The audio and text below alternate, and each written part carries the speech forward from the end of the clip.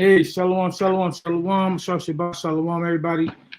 Praise to the Most High God. Yeah, Shema Mashak Yahushua. Let me get my lights going on real quick.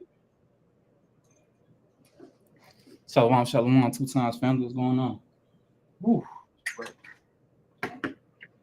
Shalom, shalom, Kazaya, man. How you doing, bro? Man, I'm alright. How about yourself? How you doing? Hey, man, we just finished talking about that, man. Yeah, I already know. I've been going through it, man. The water for all of you kept me in prayers, man. Kept my family in their prayers. You know what I'm saying? Praying for the health for the whole nation, man. That's right. Brother been struggling, man. Salakia to all of those men who was on prayer last night. I missed that prayer call. I know brother Nadiyab hit me up trying to get me in there, man. But I was just so off.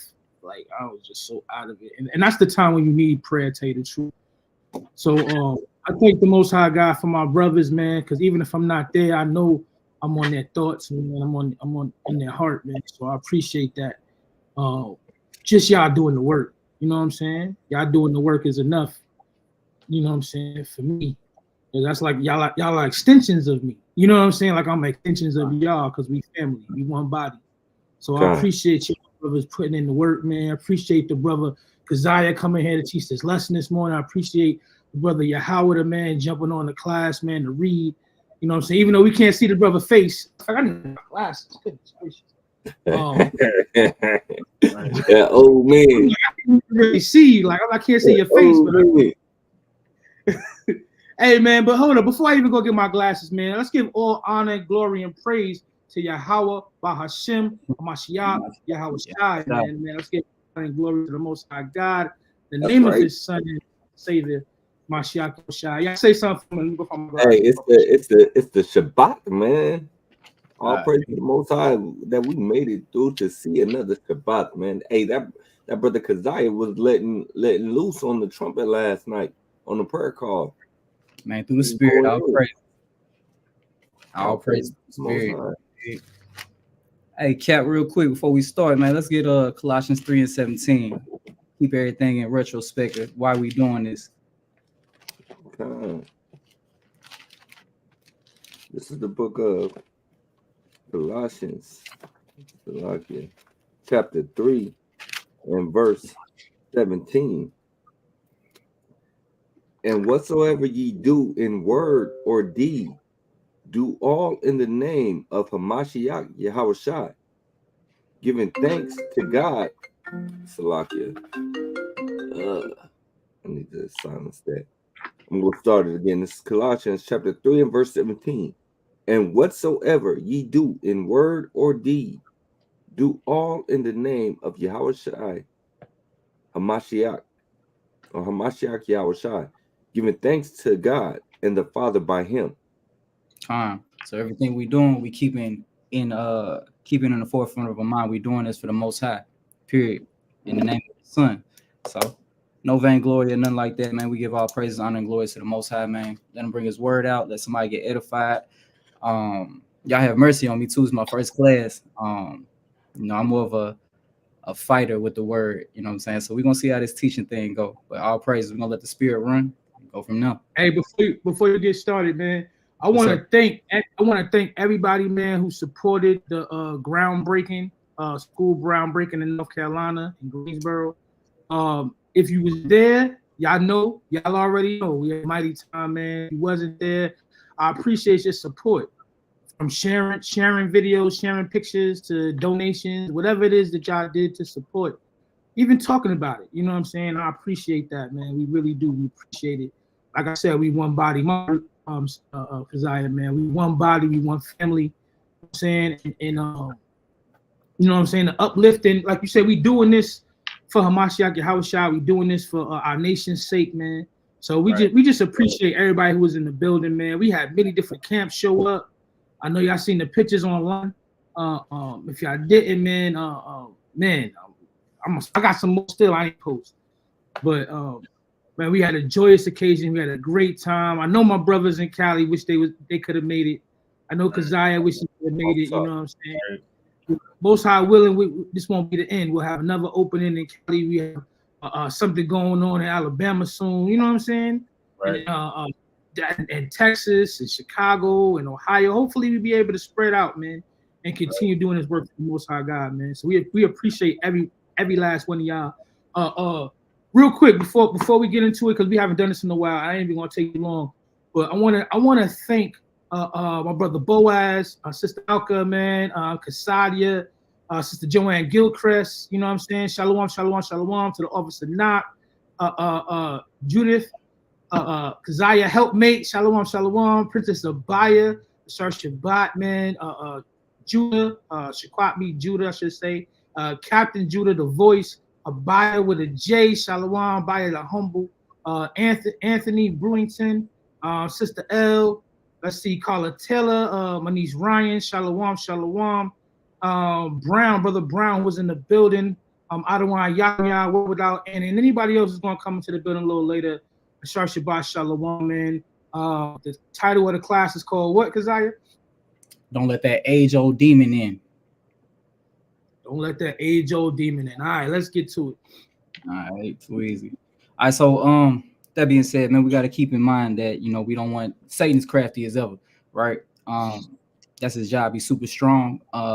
So we got to pay attention to and not be ignorant of his devices. So we're gonna run through some precepts and show where he did enter in and where he tried to enter in, some of our forefathers, foremothers, etc., etc. So let's start off with Genesis chapter 3. You want to start from the top? Yes, sir, please. All right, all praise. All right, the book of Genesis, chapter 3 and verse 1. Now the serpent was more subtle than any beast of the field, which the Lord God had made. All right, so look, now we know that serpent, that wasn't a real snake, right? So let's get the understanding of that real quick. If you don't mind, let me get 2 Corinthians 11 and 3, and then jump to 14. 2 Corinthians 11 and 3. We're going to jump to 14. Book of 2 Corinthians, chapter 11 and verse 3.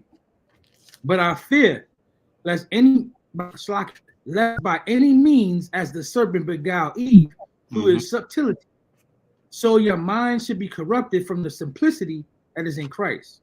So the serpent tricked Eve through his craftiness, right? So now we got to suffer sin. Jump down to 14, please. 2 Corinthians 11 and 14. And no marvel, for Satan himself is transformed into an angel of light. So we see right there that serpent was an angel that came down, transformed from an angel of light. So this wasn't an actual serpent, you know, flicking his tongue, etc., etc.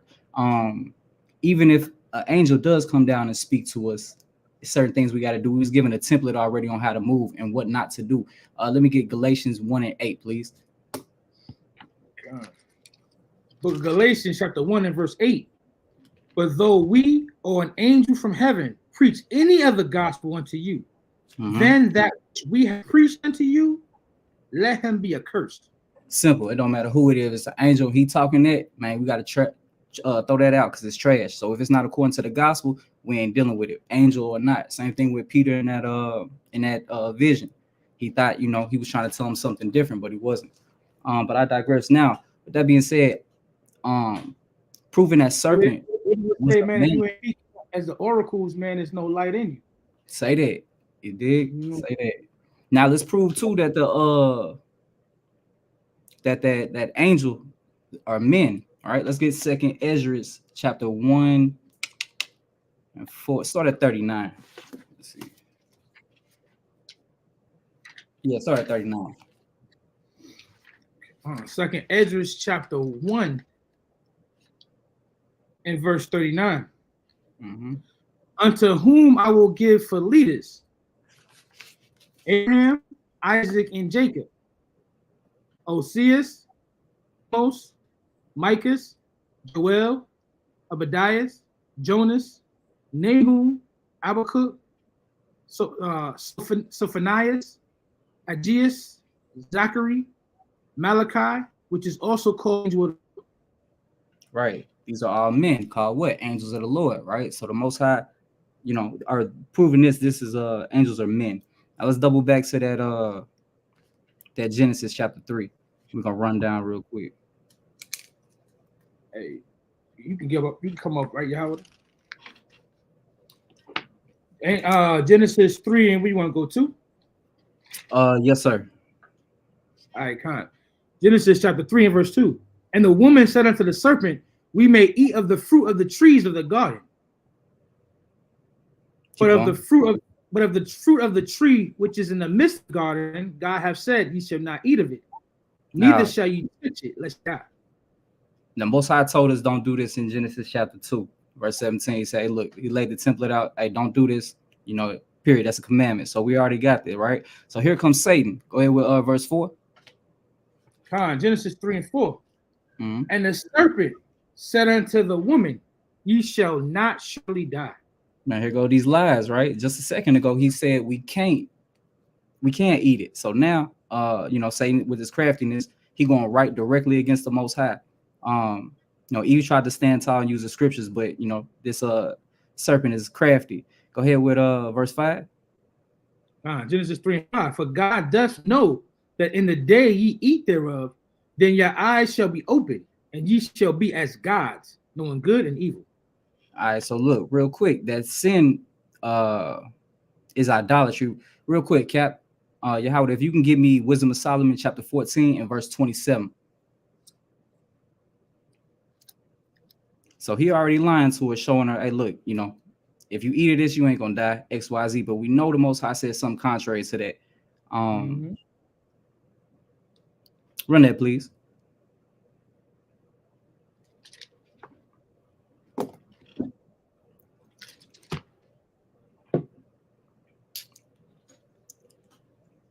Hey, what's funny, right? While we waiting for him to get that precept, the serpent said, "You shall not surely die." You know what I'm saying? And then right away, she didn't die right away. You know what I'm saying? She didn't get put to death right away. So I want to bring the precept out. The book of Ecclesiastes, chapter 8 and verse 11. It says, "Because sentence against an evil work is not executed speedily, therefore the heart of the sons of men is fully set in them to do evil." Because she didn't die as soon as she tasted apple. She decided, Slakia, the apple. As soon as she dived into that doctrine and so that way of life, you know what I'm saying? She decided to pass that on to her husband. Her heart or her mind was fully invested in the evil works, rebelling against the Most High God. I'm gonna yield on that. Right, good point. Very good point. And that's one thing we got to pay attention to today too. We might do something and not get judged immediately. Be like, well, shit, I guess I'm okay because the Most High ain't get on me right now. But that's far as the truth. As I see everything, and he's slow to judge too. So keep that in mind. Go ahead, Cap. Right. This book of Wisdom of Solomon, chapter 7 and verse number. You said you wanted me to start at 7? No, sir. Wisdom of Solomon 14 and 27.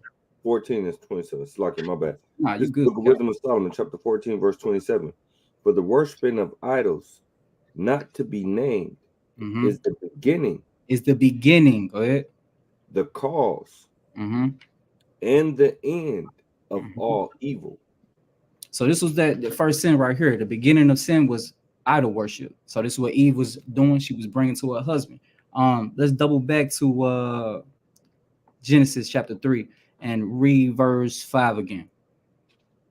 Genesis chapter 3 and verse 5.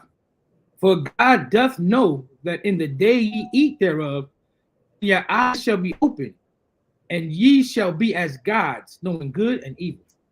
All right, so right there. The second lie. So Adam was already a god, right? Let's see.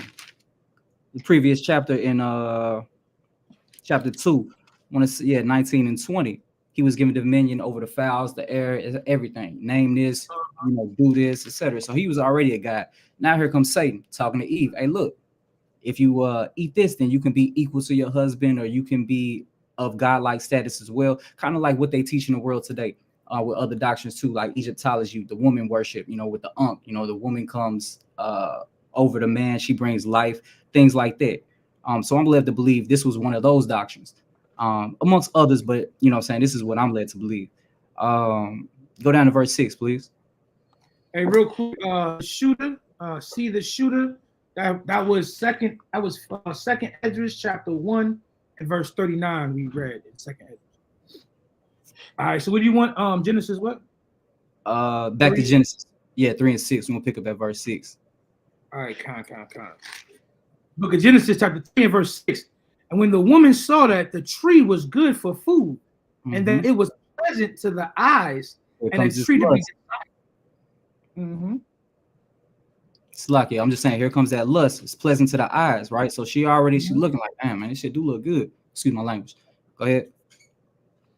I'm gonna read it again. And when the woman saw that the tree was good for food, that it was pleasant to the eyes, and a tree to be desired to make one wise, she took of the fruit thereof, and did eat, and gave also unto her husband with her, and he did eat. So it's a lot of things wrong with that in a sense. She's pleasant to the eyes, so she has a lust already for it. Then she's desiring it. Now she's being covetous. Now she's wanting something because she's going to be wise from it. So the fruit, she didn't pick off an apple, a pear, a banana, nothing like that. That fruit was a doctrine. It was sin, right? Now she took that and gave it to her husband, and he did sin too. Now, with that being said, yes, sir. You get a chance to get in there. No, go ahead, Ken. You good? Hey, I just wanted to, what's funny, right? It was on Spirit. I had posted in the chat this morning for brothers in the congregation about patience, but I was weighing in the balance. Should I deal with patience or should I deal with the trees? You know what I'm saying? And it's funny that you bringing this out right now. So I'm gonna read one precept real quick. Joel 1:12. It says, "The vine is dried up, and the fig tree languisheth, and the pomegranate tree, the palm tree, and the apple tree, even all the trees of the field are withered, because the joy is withered away from the sons of men." You know what I'm saying? These trees are representations of people. You know what I'm saying? They're fruit of their doings. I'm saying what's the word I want to use? The whatever you produce from your hands. You know what I'm saying? Whether it's doctrine, work, these are your fruits. Even now, our fruits are what we use from the law, statutes, and commandments. You know what I'm saying? From the Most God, we bring forth good fruit, or we bring others into the fold, or we save lives. You know what I mean? We help the needy. The fruits. So these are also fruits on the left-hand side, and the people are trees. I hope people get that. I mean, there's more precepts to that, but I don't want to take away too much for the lesson. Nah, you good, man. Get enough. Straight. Back to verse 6. And her husband, and he did eat. So he took of this doctrine as well and partook, which of course is a problem. Read verse 7, please. Genesis 3:7. And the eyes of them both were open, and they knew that they were naked, and they sewed fig leaves together and made themselves aprons. So when their eyes was open, they knew they was in sin by them knowing they were naked. And in fig leaves, Captain Howard, do me a favor, give me Job 31 and 33 to elaborate on these them sewing the fig leaves, because they wasn't in there, taking twigs and placing them together and putting them over as a covering. It's more symbolic and parabolic speech. So going into what they did, they was just trying to cover up and hide from the Most High, which shit you can't do. That's right. This is the book of Job, chapter 31 and verse 33. If I covered my transgressions as Adam, by hiding mine iniquity in my bosom. That's all I really wanted on that. So just like he making a reference, a call back to Adam. He's covering his sins like Adam. So this is just elaborating and breaking this further down to show, hey, look, they covered their sins because they was in error. Let's see where we at. Now, with that being said, too, by this, we all receive death. So, our forefathers messed up, so we got to pay the price. And that's indicative of pretty much today's time. There's certain things that we can do as well, and our nation can suffer, our family can suffer, our kids can suffer, our wives can suffer, just because we made a selfish decision. So we got to be, in the forefront of our mind. And in fact, one of y'all grab me Sirach 7 and 36, 7 in the last verse. We always want to keep this on our mind too. Whatever we put our hand to do, we always got to pay attention and think about the consequences. We don't want to get carried away in the moment, just because it may look good, it may seem good, it may feel good, what have you. Let me grab one real quick also too. Yes, sir.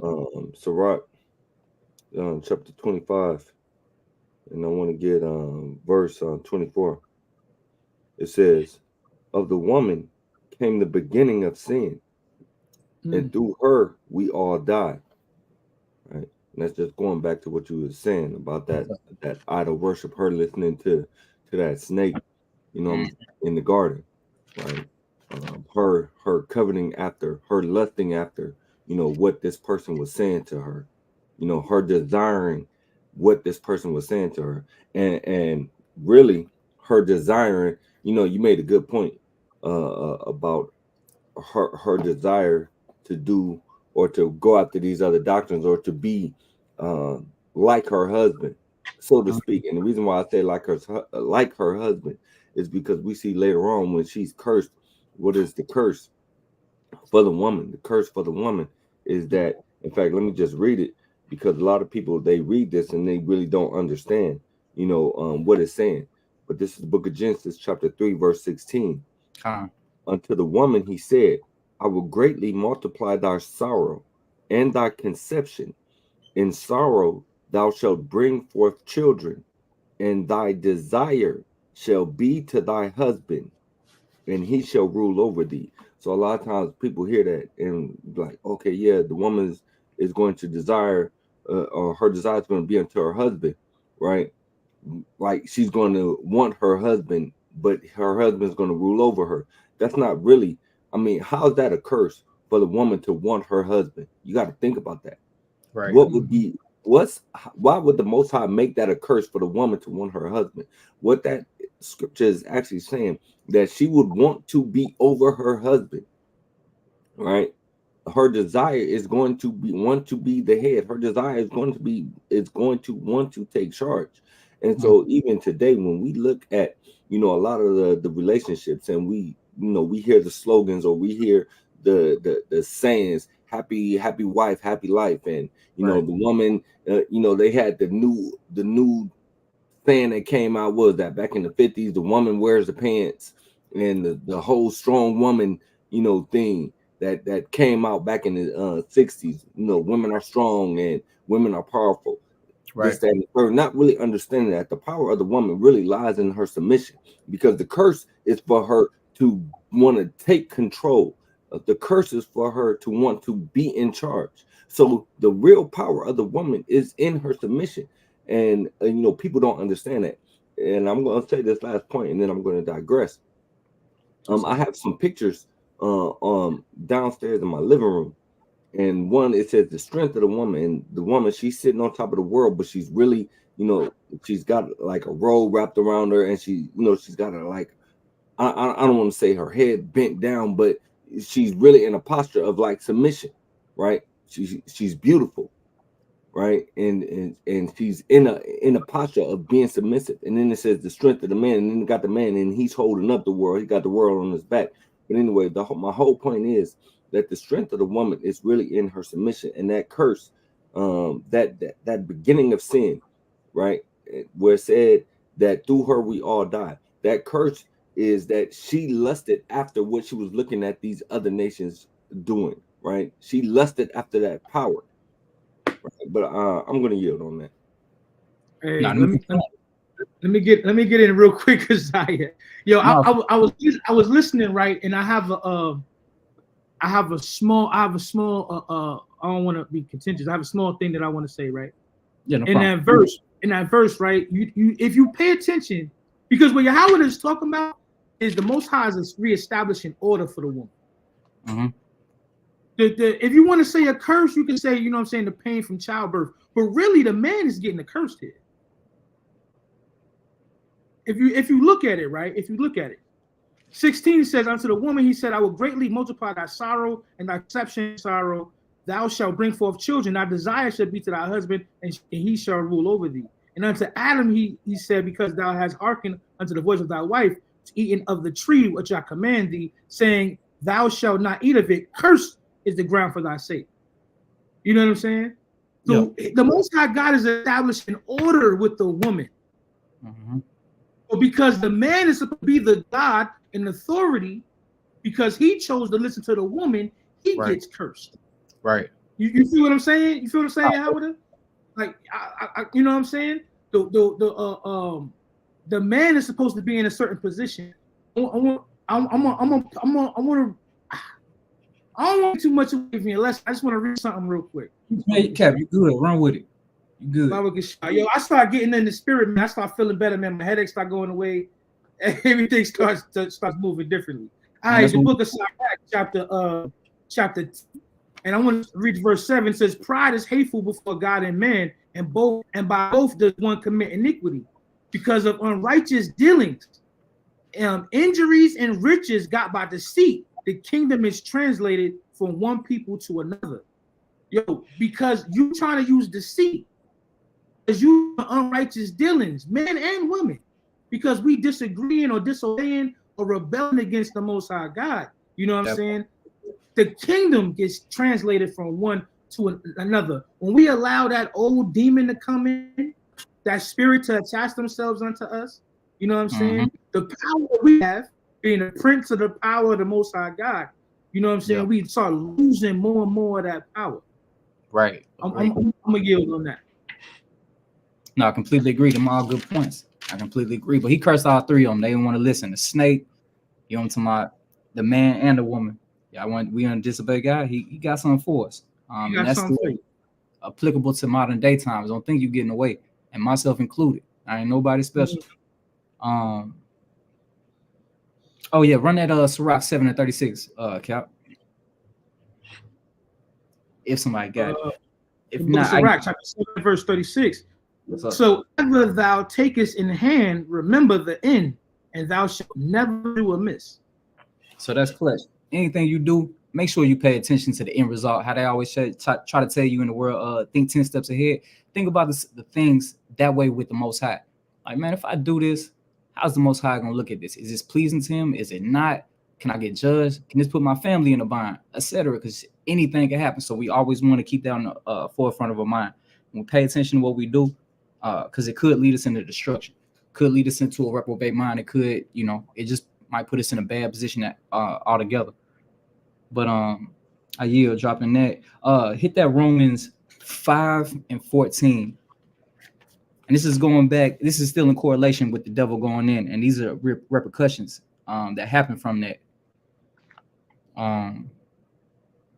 So even, with Adam eating and Eve, bringing them this, and Adam eating and things like this, these are some of the repercussions that we have to suffer from that. Romans 5:14. John, this is the book of Romans, chapter 5 and verse 14. Nevertheless, death reigned from Adam to Moses, even over them that had not sinned after the similitude of Adam's transgression, who is the figure of him that was to come. All right, that figure to come is Christ. But nevertheless, this all happens just because of this sin. We got to keep that in the forefront of our mind.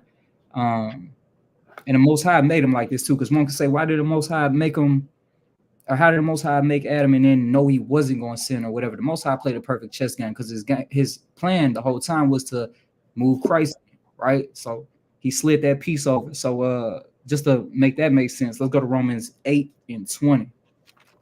Because you got to remember, Adam was made like this. This is the book of Romans, chapter 8 and verse 20. But the creature was made subject to vanity. The creature, meaning the man, Adam, go ahead. Was not willingly. Salaki, my fault. Subject to vanity, subject to sin. Not willingly, but by reason of him who have subjected the same in hope. Too easy. So this was already put in place from the beginning. It was supposed to be like this. So nothing, surprised the Most High. He was just like, oh man, I can't believe they sinned against me. Because a lot of scoffers would do that. Like, how y'all God gonna make this man and then he sins against him and y'all God don't know? He knew. He wanted to usher Christ in the whole time. So this is how he set it up. Let's get another precept on that. 2nd Ezra, chapter 3. And start at 21. Let's see.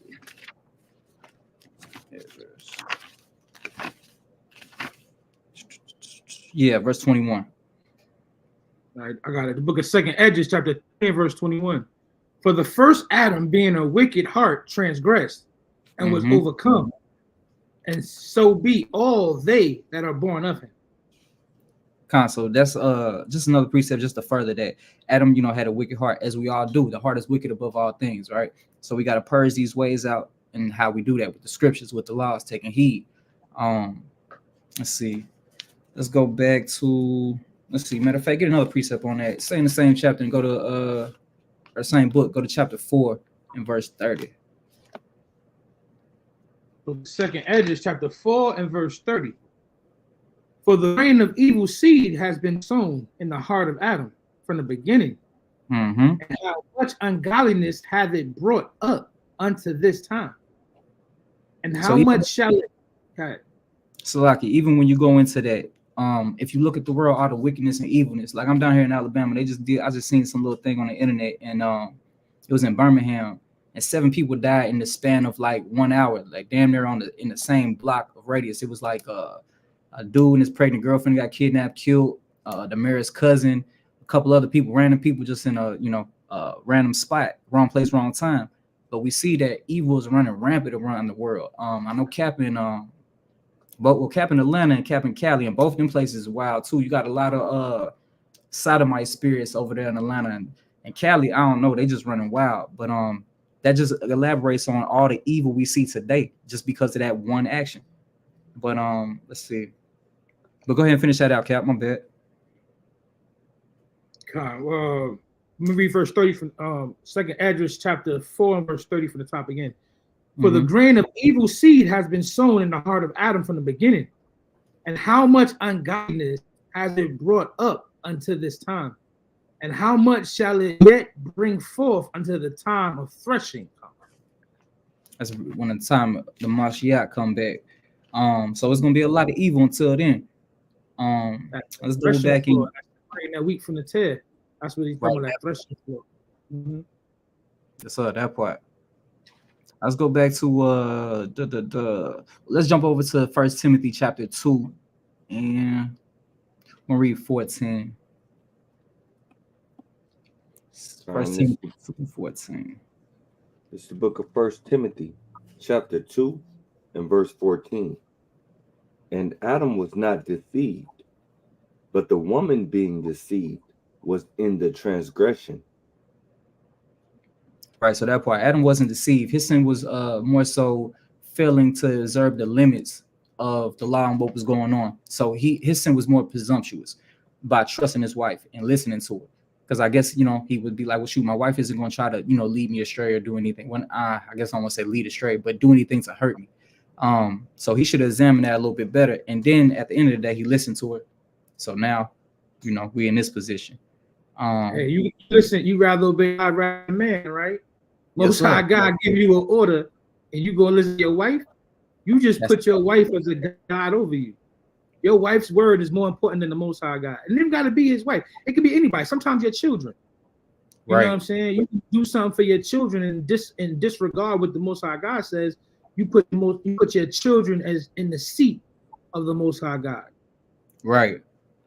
You definitely don't want to do that because the Most High is a jealous God, and he said there should be no other God before me. And once again, going back to that precept in Wisdom of Solomon 14. Hey, Salakia.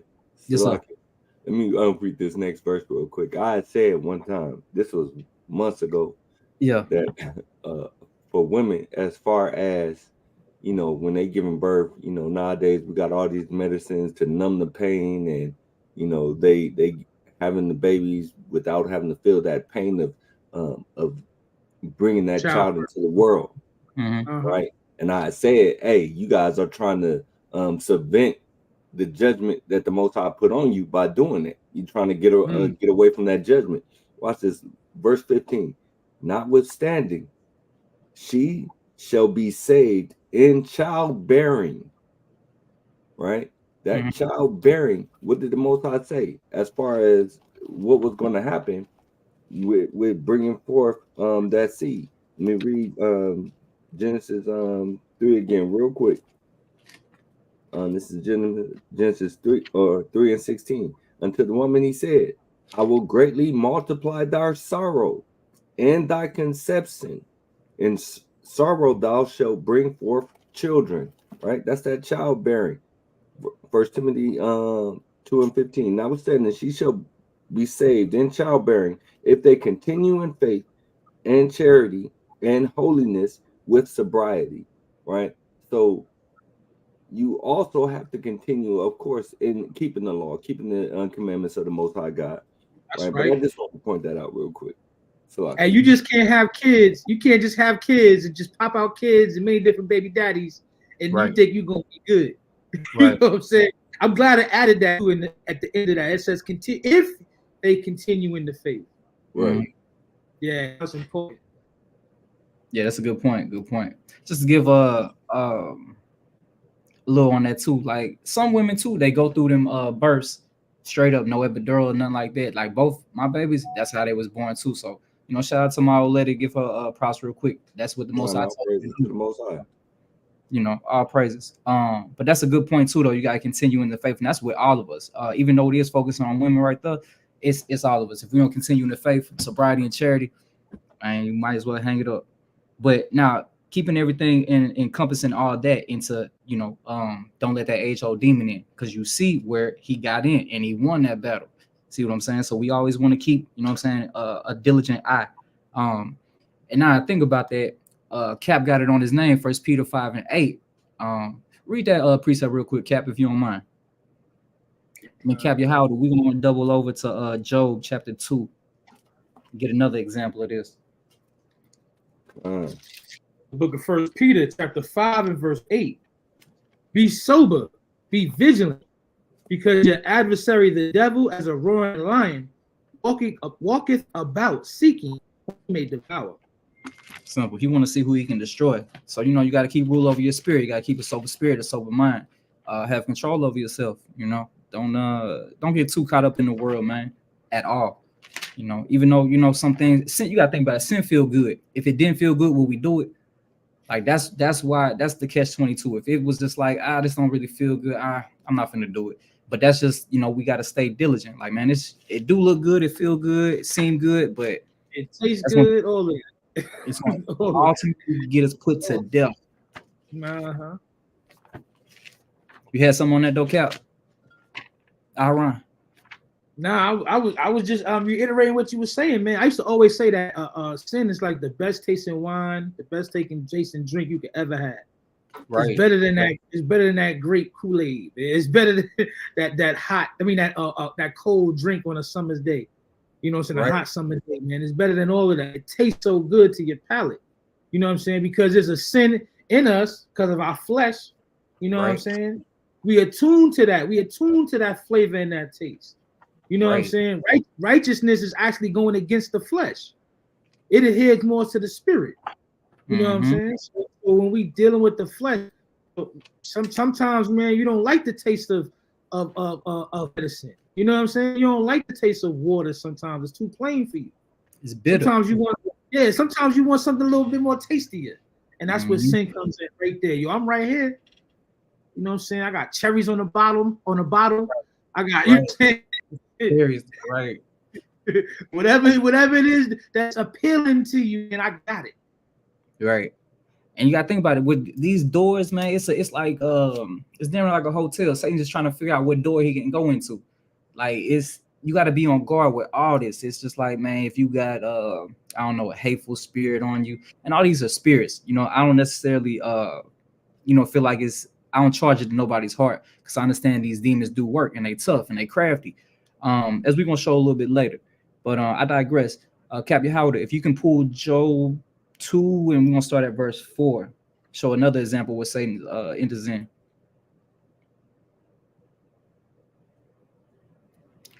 This is the book of Job, chapter 2 and verse 4. And Satan answered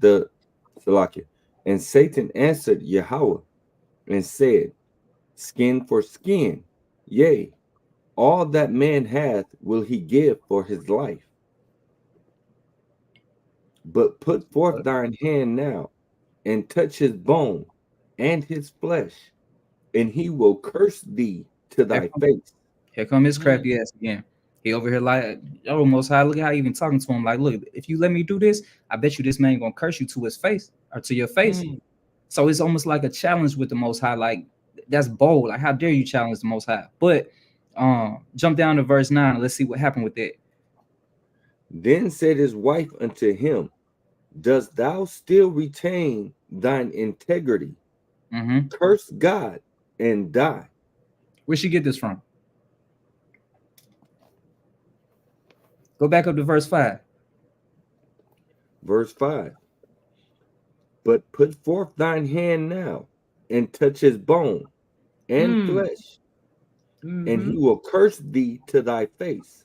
Simple. Satan hop right on it, like damn near verbatim. And then she comes back with, man, curse God, man, and died. Like literally hopped on it. So, you know what I'm saying? And Job was very he was in the spirit and very discerning, because well, let's just let the Bible talk. Read verse 10, please, Cap. Verse 10. But he said unto her, Thou speakest as one of the foolish women speaketh. What? Shall we receive good at the hand of God? And shall we not receive evil? In all this did not Job sin with his lips. So simple. So Job rebuked that real quick. He wasn't really feeling how that went down, which was a better example than what Adam did, as you see, at least at this point in time. But Satan hopped right on us. So that's a direct example of Satan hopping on us. Ain't none of us are exempt. Satan's strong, man, and I'm not trying to give him too much props or whatnot. He only can do what he can do in the realm of what the Most High gives him. But we just got to understand how crafty he is, and he's been doing this way longer than we've been alive. So we just want to, stay on guard.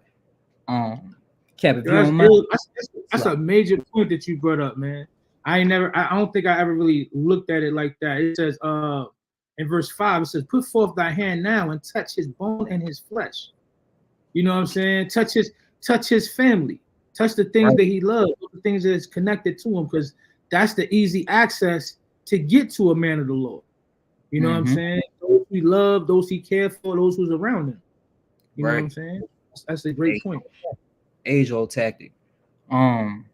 Let's go read up on the first anointed king of Israel real quick. Let's get something about King Saul, and then see, once again, keeping in mind Satan entering in. We don't want that to happen. Keep this age-old demon at bay. Let's get 1 Samuel 15. And when you get there, Cap, start at 22. Papa Kashai. I appreciate y'all brothers hopping on to read, man, and working with me. Good looking out. Hey, This man. This is the book of 1 Samuel, chapter 15, and verse 22.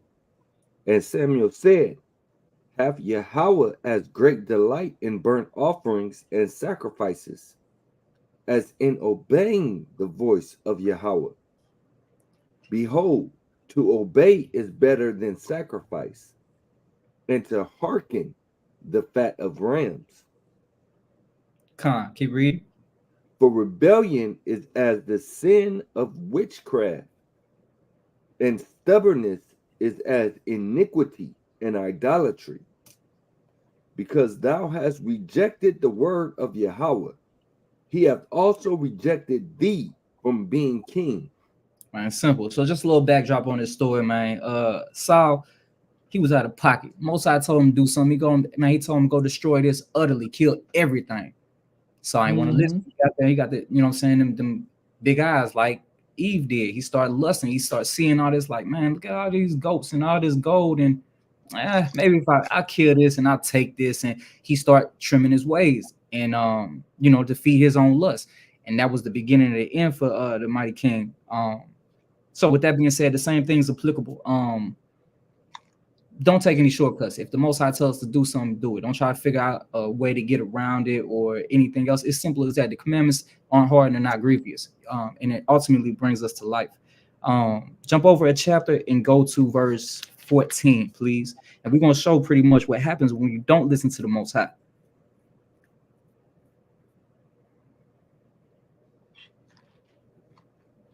You want me to read it? You want 14 and what? Chapter over 1 Samuel 16 and verse 14. Oh, 16 and 14. God. This book of 1 Samuel, chapter 16 and verse 14. But the spirit of Yahweh departed from Saul. It did what? Departed from Saul. What happened? And an evil spirit from Yahweh troubled him. Tough. As soon as you do that, man, this is subject to happen. We pray it doesn't happen. That's why we need to repent ASAP for whatever iniquity, transgression we did to the Most High. We need to try to purge that out. Maybe call on the brother, ask for some help. Ultimately, really lean on the scriptures. Unless you really do find a sincere brother that can really help you, and and that is willing to help, you can do that as well. But ultimately, lean on these scriptures, man. Fast, just figure out a way. Keep your mind busy. Stay in the scripts. Things of that sort. Y'all got anything? I got a precept real quick, right? This is talking about Egypt, but I think it still fits what it is you're talking about. Yes, sir. This is the book of Psalms, chapter 78, in verse 49. He says, "He cast upon them the fierceness of his anger, wrath, and indignation, and troubled by sending evil angels among them." This is talking about saying Egypt, but the fact of the matter is, because of Saul's disobedience, you know what I'm saying, he started getting an evil spirit on him. You see, he started going to necromancy. He started rebelling against, the Most High God, literally trying to kill David. You know what I'm saying? Trying to do all these different things because a spirit attached themselves onto him because of his disobedience. You know what I'm saying? Right. And the Most High God's wrath and indignation, sometimes that's how he get at you. He allows the devil to deal with you. He allowed the devil to deal with Job, who's a perfect man. Right. You know what I'm saying? How much more would he deal with you who are imperfect, who loves this? You know what I'm saying? I'm gonna yield on that. Right, Salagia. I just want to jump in there real quick, because that's heavy, man. I'm gonna read it again. This book of 1 Samuel chapter 16, verse 14. But the spirit of Yahweh departed from Saul, and an evil spirit from Yahweh troubled him. It said an evil spirit from the Most High, right? So a lot of people get it twisted, and like you just said, because is not to give too much power or credit to this to the devil, to Satan or whatnot. We got to remember that the Most High is the puppet master. He's pulling all the strings. He's doing all things. He creates good. He creates evil. These evil spirits, right, that be hopping on people, they're from the Most High. I'm gonna read this real quick. This is the book of Sirach, chapter 39, verse 28. It says, "There be spirits that are created for vengeance, which in their fury lay on sore strokes. In the time of destruction, they pour out their force and appease the wrath of him that made them." Right? The Most High made all of these spirits. So when we don't do what the Most High tells us to do, or when we go contrary to the ways of the Most High, and those spirits jump on us, man, what happened with Saul? Hey, the Most High sent that evil spirit to trouble him. Right? That spirit was from the Most High. And I'm gonna grab another. In fact, can somebody grab me Hebrews 10 and 31? Guys. It's Hebrews chapter 10 and verse 31, and it reads, Slacky. Is this 10? No, that's 11. Slacky. 10 and 31, and it reads, "It is a fearful thing to fall into the hands of the living God." Right? It's a fearful thing to fall into the hands of the Most High. See, man, we walk around here tripping, man, because we're under this grace and we think that everything is sweet and we got time. We think like, oh man, I can get right next week, or next week I'm gonna get into my book, or next month, I'm gonna go out and I'm gonna start doing the work. No, lie, man. What is you waiting for? Why are you putting off what you can be doing today? The Most High might just get tired of you sitting up there making these excuses, sitting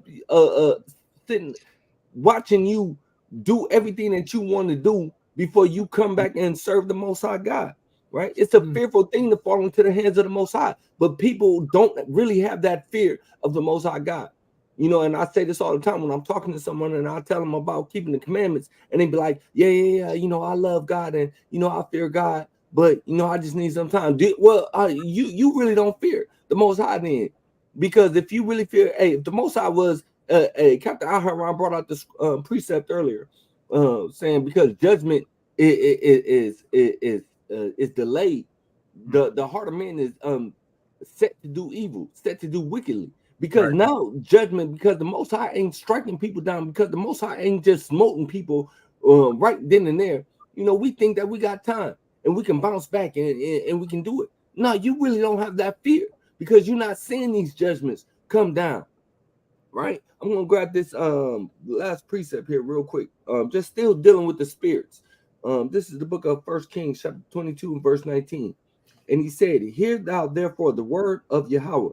I saw Yahweh sitting on his throne, and all the host of heaven standing by him, on his right hand and on his left. And Yahweh said, who shall persuade Ahab that he may go up and fall at Ramoth Gilead? And one said on this manner, and another said on that manner. So you got one spirit saying, yo, I'll do it like this. And you got another spirit that's coming up saying, no, I'll do it like this. Right? And then it says, and there came forth a spirit and stood before Yahweh and said, I will persuade him. And Yahweh said unto him, wherewith? And he said, I will go forth, and I will be a lying spirit in the mouth of his prophets. And he said, thou shalt persuade him and prevail also. Go forth and do so. Right? So these spirits, man, people just be thinking like, oh man, the devil this, the devil that. Hey, these spirits, the Most High created, right? The left hand spirits and the right hand spirits, and they all do the will of the Most High God. And man, we got to make sure that we are walking circumspectly. We are making sure that we're trying to make our calling and election sure before one of these spirits come down and hop on us. But I yield. Hey, listen, Howard, man, you literally read the precept I was holding. I'm literally holding that First Kings right now. Let me get one more since you read that, man. The book of John, chapter 8 and verse 44. It says, ye are of your father the devil, and the lust of your father ye will do. He was a murderer from the beginning and abode not in the truth, because there is no truth in him. When he speaketh a lie, he speaketh of his own, for he is a liar and the father of it. You know what I'm saying? Hey, a lot of us fall into that spirit, man. We forsake our true father, the Most High God, and go after, you know what I'm saying, the father of lies, man. Right. Father of deceit and deception. Mm-hmm. Let me yield on that, though. No sweat. Throw a little precept in there, too. Psalms 119, we're going to start at 59. It say, I thought on my ways, and I turned my feet unto thy testimonies. I made haste and delayed not to keep thy commandments. So, like Paul was saying, you don't want to be like, oh, shit, give me some time, and I'll be all right. Give me a month or two, or let me finish doing this, because in that security, he can come forth and destroy us. So, and then after that, there's no more chance for repentance. So we don't want to play with the Most High God grace. Put it like this: you ain't finna play with the rent people. You ain't finna play with the car people. If they, hey, look, you need to pay this by the 22nd. You gonna get it done. Or if they give you a grace period, you ain't finna play with them. But we gonna play with them. They're gonna come take your car. They're gonna kick you out. Your stuff is gonna be on the side of the road. And that's not a good feeling. Believe me, I know. But with that being said, too, you don't want to go back and play with the Most High. So how much you want to play with these earthly people, that can maybe put you out, blah, blah, make you feel some type of discomfort. But the Most High God can put you to death, and you finna play with that. Just not wise. Let's get a account on King, the second anointed king of Israel, King David. Let's get First Chronicles chapter 21 from the top. And it's just showing that Satan, man, he be trying all of us, man, almighty kings, us now with everything. He on his job. That's right. This is the book of First Chronicles, chapter 21 and verse number 1. Mm-hmm. And Satan stood up against Israel and provoked David to number Israel. Man, Satan did what? Provoked David to number Israel. Simple, man. He's still, once again, he's trying to enter in. So we got to keep this age-old demon out. Go down to verse 3, because Joab tried to warn him. He tried to, hey, look, I don't think we need to do this, King, but go ahead and read that, please. Verse 3, and Joab answered the Salakia, Yahweh make his people 100 times so many more as they be. Mm-hmm. But my lord the king, are they not all my lord's servants? Why then doth my lord require this thing? And why will he be a cause of trespass to Israel? See, once again, he's trying to tell him, like, I don't think we should do this. We all might suffer because of this. But nevertheless, read verse 4 real quick and explain. It happened anyway. Nevertheless, the king's word prevailed against Joab. Wherefore Joab departed and went throughout all Israel and came to Jerusalem. So nevertheless, he listened to the orders that he was given, and he went from there.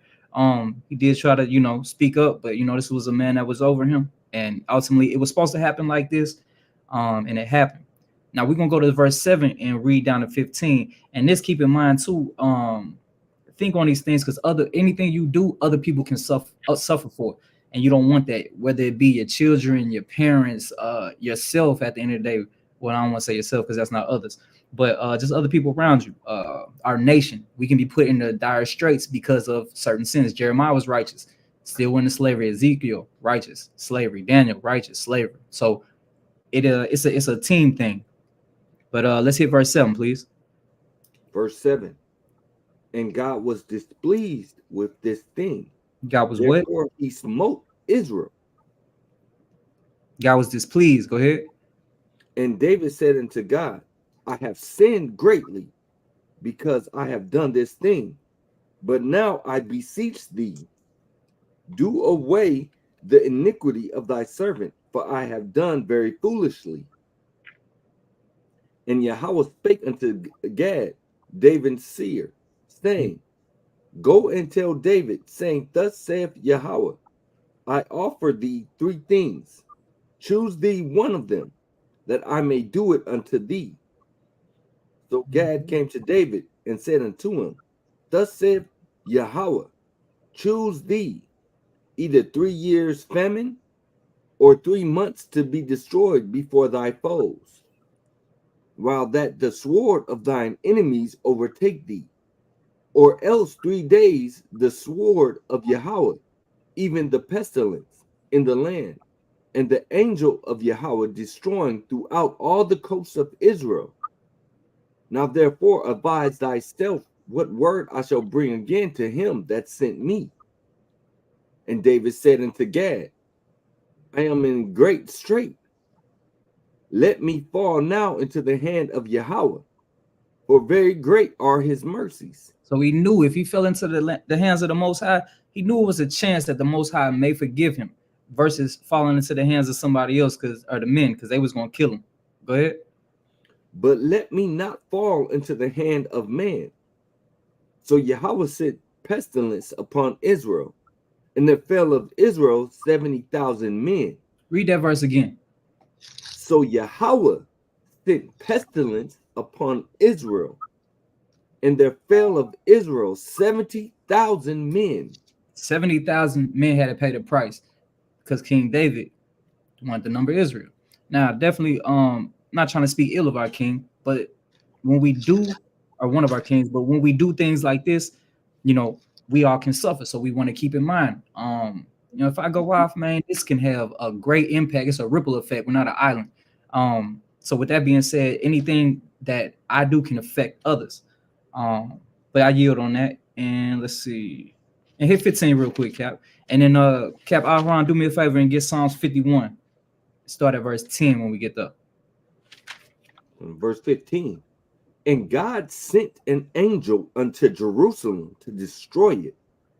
And as he was destroying, Yahweh beheld, and he repented him of the evil, and said to the angel that destroyed, It is enough. They now thine hand. And the angel of Yahweh stood by the threshing floor of Ornan, the Jebusite. That's all. I just wanted to finish that out right quick. And then we got to notice too in verse 8, 1 Chronicles chapter 21, verse 8. It said, and David said unto God, I have sinned greatly. So he knew he caught this sin, right? Now double back and think about King Saul. King Saul didn't really acknowledge that. But look at what David did as soon as he, realized he did sin, because it was bugging him. That's that conviction. He had the spirit on him, like, hey man, I need to get this tight, because I don't want the Most High to take that spirit from me. Cap Aharon, run that, please. All right, the book of Psalms, chapter 51, start verse 1. Have mercy. Verse 10. Start at verse 10. Slocky. Verse 10. Yes, sir. Psalms 10. Create in me a clean heart, O God, and renew a right spirit within me. Keep going. Cast me not away from thy presence, and take not thy Holy Spirit from me. Right, because he took that Holy Spirit from Saul. You seen what happened to him. And he didn't want that to happen to him, but he knew he transgressed against the Most High. So instantly he got, tried to get right what he got right. And that's something that we need to do too. If we find ourselves maybe going off or having wicked thoughts or just dealing with some type of sin that's unbecoming of us, we need to get right ASAP. A Most High, talk to him, of course, with the utmost respect. Forgive me for this. Help me get rid of this sin. Talk to a brother fast, getting them scripts, focus. But we don't want that spirit to leave us because that's the beginning of the end. That's right. That's right. Let me grab a precept. Yes, sir. This book of Acts, chapter 13 and verse 22. And when he had removed him, he raised up unto them David to be their king, to whom also he gave testimony and said, I have found David, the son of Jesse, a man after mine own heart, which shall fulfill all my will. Right? So like you said, David, he immediately after, he acknowledged his sin. Man, This was a man that was after the mind of the Most High. Right? And just like in that Psalms 51, what did he do? What did he pray? He said, hey, Most High, don't remove your spirit from me. Hey, David was truly repentant when he did go off. Right? But I yield. Are you good? Cap, you got something on that, Cap? I run. Hey, you see this account also in 2 Samuel chapter 24. You could also read about this account too. There. I'm on dragon. No, you good. I'm gonna try her too. I know you ain't feeling good, Cap. I got you. Also, I be up and down, man. Sometimes I be all right, and then it just hit me a little bit. So, but it's all right, though. You good, Cap. You making your body a living sacrifice. I'm pretty sure the Most High is very pleased with you. Do me a favor. Read that Psalms 51 and 10 through 12, please. And then do me a favor. Get Wisdom of Solomon chapter 1 verse 5. The book of Psalms chapter 51, start at verse 10. Let me start verse 9, Baba Kashah. It says, hide thy face from my sins and blot out all my iniquity. Create in me a clean spirit, O God, and renew a right spirit within me. Cast me not away from thy presence, and take not thy Holy Spirit from me. Restore unto me the joy of salvation, and uphold me with thy free spirit. Right. So as you see what King David did, man, we don't want that, especially that last one, verse 12, to restore the joy of salvation. Just think about how much, man, if we threw salvation away for something petty, for like what is better than salvation? Like all this in the world, I know it's tough. I know we go through it. I know we are accustomed to it. We've been in the world. We coming out the world for 20 plus, 30 plus years, 40 plus years, etc. So it's something new, but at the same time, it's not hard. And this is a proven time for the Most High.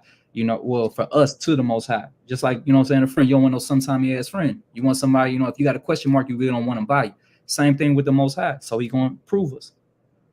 But I yield on that. Let's get an example what happens when we are deceitful, or we are walking in wickedness, or walking in the lust of the flesh. This is the book of Wisdom of Solomon, chapter 1. And I actually, let me start at verse 3. Yes, sir. It says, for forward thoughts separate from God. What does forward mean? Forward means is willful disobedience, right? So you are willfully disobedient. If you are willfully disobedient, that's going to separate you from the Most High. Read again. For forward thoughts separate from God and His power. When it is tried, reproveth the unwise. For into a malicious soul, wisdom shall not enter, nor dwell in the body that is subject unto sin. For the Holy Spirit of discipline will flee deceit and remove from thoughts that are without understanding, and will not abide when unrighteousness cometh in. Simple. So you reprobate. Now you unprincipled. Now you can't discern what's good and evil. You can't, judge correct. Now you just kind of sitting there on the like, now you're trying to justify certain stuff that don't need to be justified. That's plain upon tables in the scriptures. And maybe if I do this, or it's okay to do, we don't want to do that. The Most High is not finna deal with that. at all. And we don't want to be on that other end of that sword. That's going to be a grim day. So, keep these thoughts in mind. Take everything at hand and think about the end. So we just don't want to be on the negative side of the Most High. But I digress. Hey, brother, Yawasab got a preset if you want it. Yeah, for sure. Let's grab it. I got it. I'm going to get to the comments. I'm right here. I'm going to start at verse 1 on that, though. The book of Psalms 32. I'm going to start at verse 1. It says, blessed is he whose transgression is forgiven and whose sin is covered. We're not talking about unrighteous covering either. Right. Verse 2, blessed is the man unto whom the Lord imputeth not iniquity, in whose spirit there is no guile. We were just talking about deceit, how the Holy Spirit will deceit. So if your spirit has no guile, man, you have a chance to retain in that Holy Spirit. You can come back. If that spirit leaves you, bro, like he left Saul, yeah, you basically a dead man, yo. You know what I'm saying? Verse 3 says, when I kept silence, my bone waxed old through my roaring all day long. For day and night thy hand was heavy upon me. My moisture is turned into the drought of summer. Dang, bro. Just imagine, man, you've been filled with that spirit, all of a sudden it dry up. What's the difference between Valley of the Dry Bones, man? You said Euphrates River, it's deep too. Right. You know what I'm saying? Valley of the Dry Bones. I'm gonna read verse 5 unless you wanted that. I acknowledge my sins unto thee, and my iniquity have I did. I said, I will confess my transgressions unto the Lord, and thou forgavest the iniquity of my sin. All praise to the Most High God, man, for his mercy. Con. Yeah, just to elaborate on that too. Even think about Hosea chapter 5, when he's talking about he's going back to his place to hide his face from us when we sin. When we make atonement for that, he'll come back and deal with us. So with that being said too, man, we really gotta give reverence and stay in the right mind with the Most High, man, because he's gracious and long suffering, and we really don't deserve too much of nothing but death. So we just gotta keep in mind how graceful and gracious he is. Appreciate that precept, officer. Needed that. Good luck. Captain, one of y'all can get Haggai chapter 1. And another captain, if you don't mind, please get Zechariah chapter 3. We're gonna go with the Haggai first, though. I'll get Haggai. All right. You said Haggai chapter 1? Yes, sir. And start from the top. Haggai was chosen to do, the work of the Most High real quick. He had he was delivered to, or he was chosen to deliver a message to these mighty men. My bad. One more time. Haggai chapter 1 and verse what? From the top. All right. The book of Haggai chapter 1 from the top. In the second year of Darius the king, in the 6th month, in the first day of the month, came the word of the Lord by Haggai the prophet unto Zerubbabel, the son of Shealtiel, governor of Judah, and to Joshua, the son of Joseph, the high priest, saying, thus speaking the Lord of hosts, saying, this people say the time is not come, the time that the Lord's house should be built. So right now, Zerubbabel and Joshua, two mighty men of Israel, they were getting a lot of pushback from the people, right? And they was telling them, hey, look, now ain't the time to build this house. Other things need to happen. And they was kind of swayed by the people's actions and opinions. And they took heed to it. But Haggai, was sent on a mission to let them know, y'all got to get right. Y'all ain't doing what y'all need to do. Read verse 3. Haggai, the 1 verse 3. Then came the word of the Lord by Haggai the prophet, saying, is it time for you, O ye, to dwell in your sealed houses? His house lie waste. Right, they sealed houses, just saying, with nice paneling. They was living good, And he's like, yo, what's going on? Y'all tripping? Why y'all ain't building the Most High house? Y'all living in y'all house, but what about the Most High? And what the Most High tell them to do? Verse 5. Verse 5. Now, therefore, thus saith the Lord of hosts, consider your ways. Man, consider your ways. That's all of us, even to this day. Don't get to the point where it's like, man, I'm straight. You know, I don't think XYZ can happen. I'm good.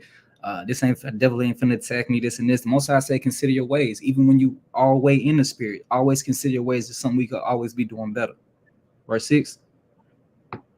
Ye have sown much and bring in little. Ye eat, but ye have not enough. Ye drink, but ye are not filled with drink. Ye clothe you, but there is none warm. And he that earneth wages to put it into a bag with holes. So we still want to consider what we're doing, man. Build the Most High's house and do what we're supposed to do. Now, with that being said, too, keep in mind too, verse 2, the people was against them. They was like, yo, this isn't the time to build the Most High house, etc., etc. But where's this spirit coming from? Because it's coming from somewhere all over again. Cap, run to Zechariah chapter 3 from the top.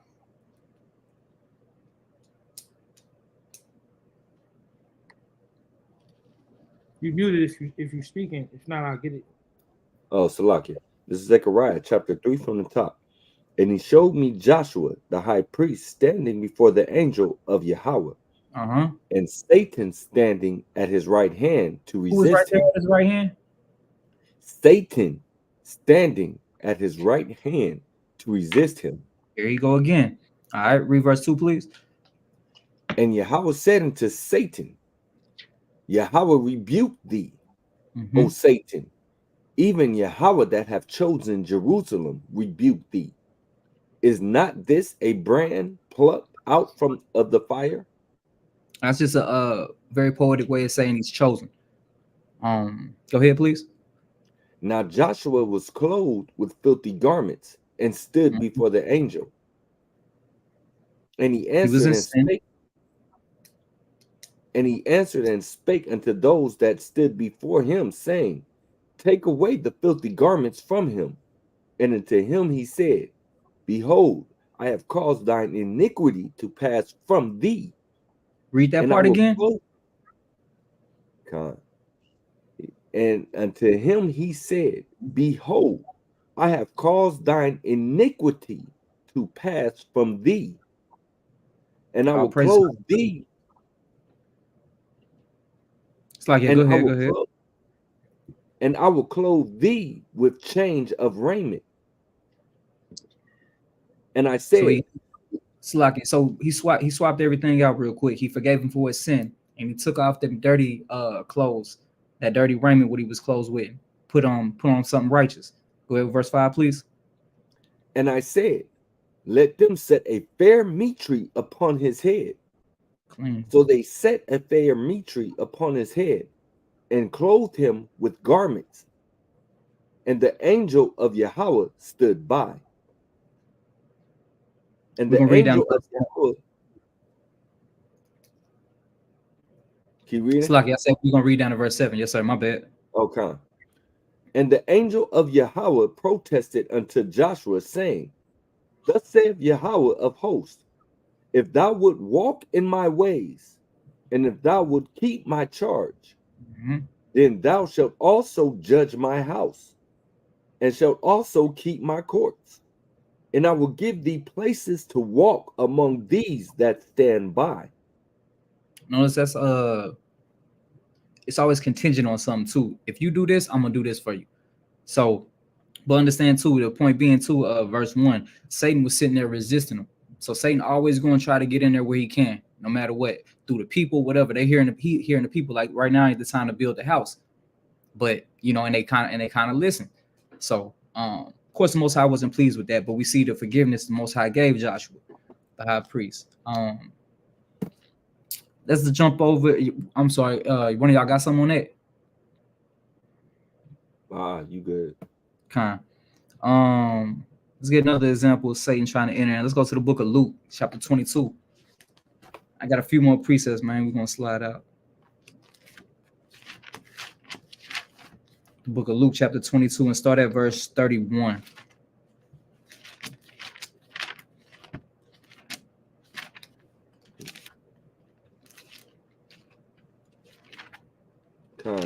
This is the book of Luke, chapter 22, and verse 31.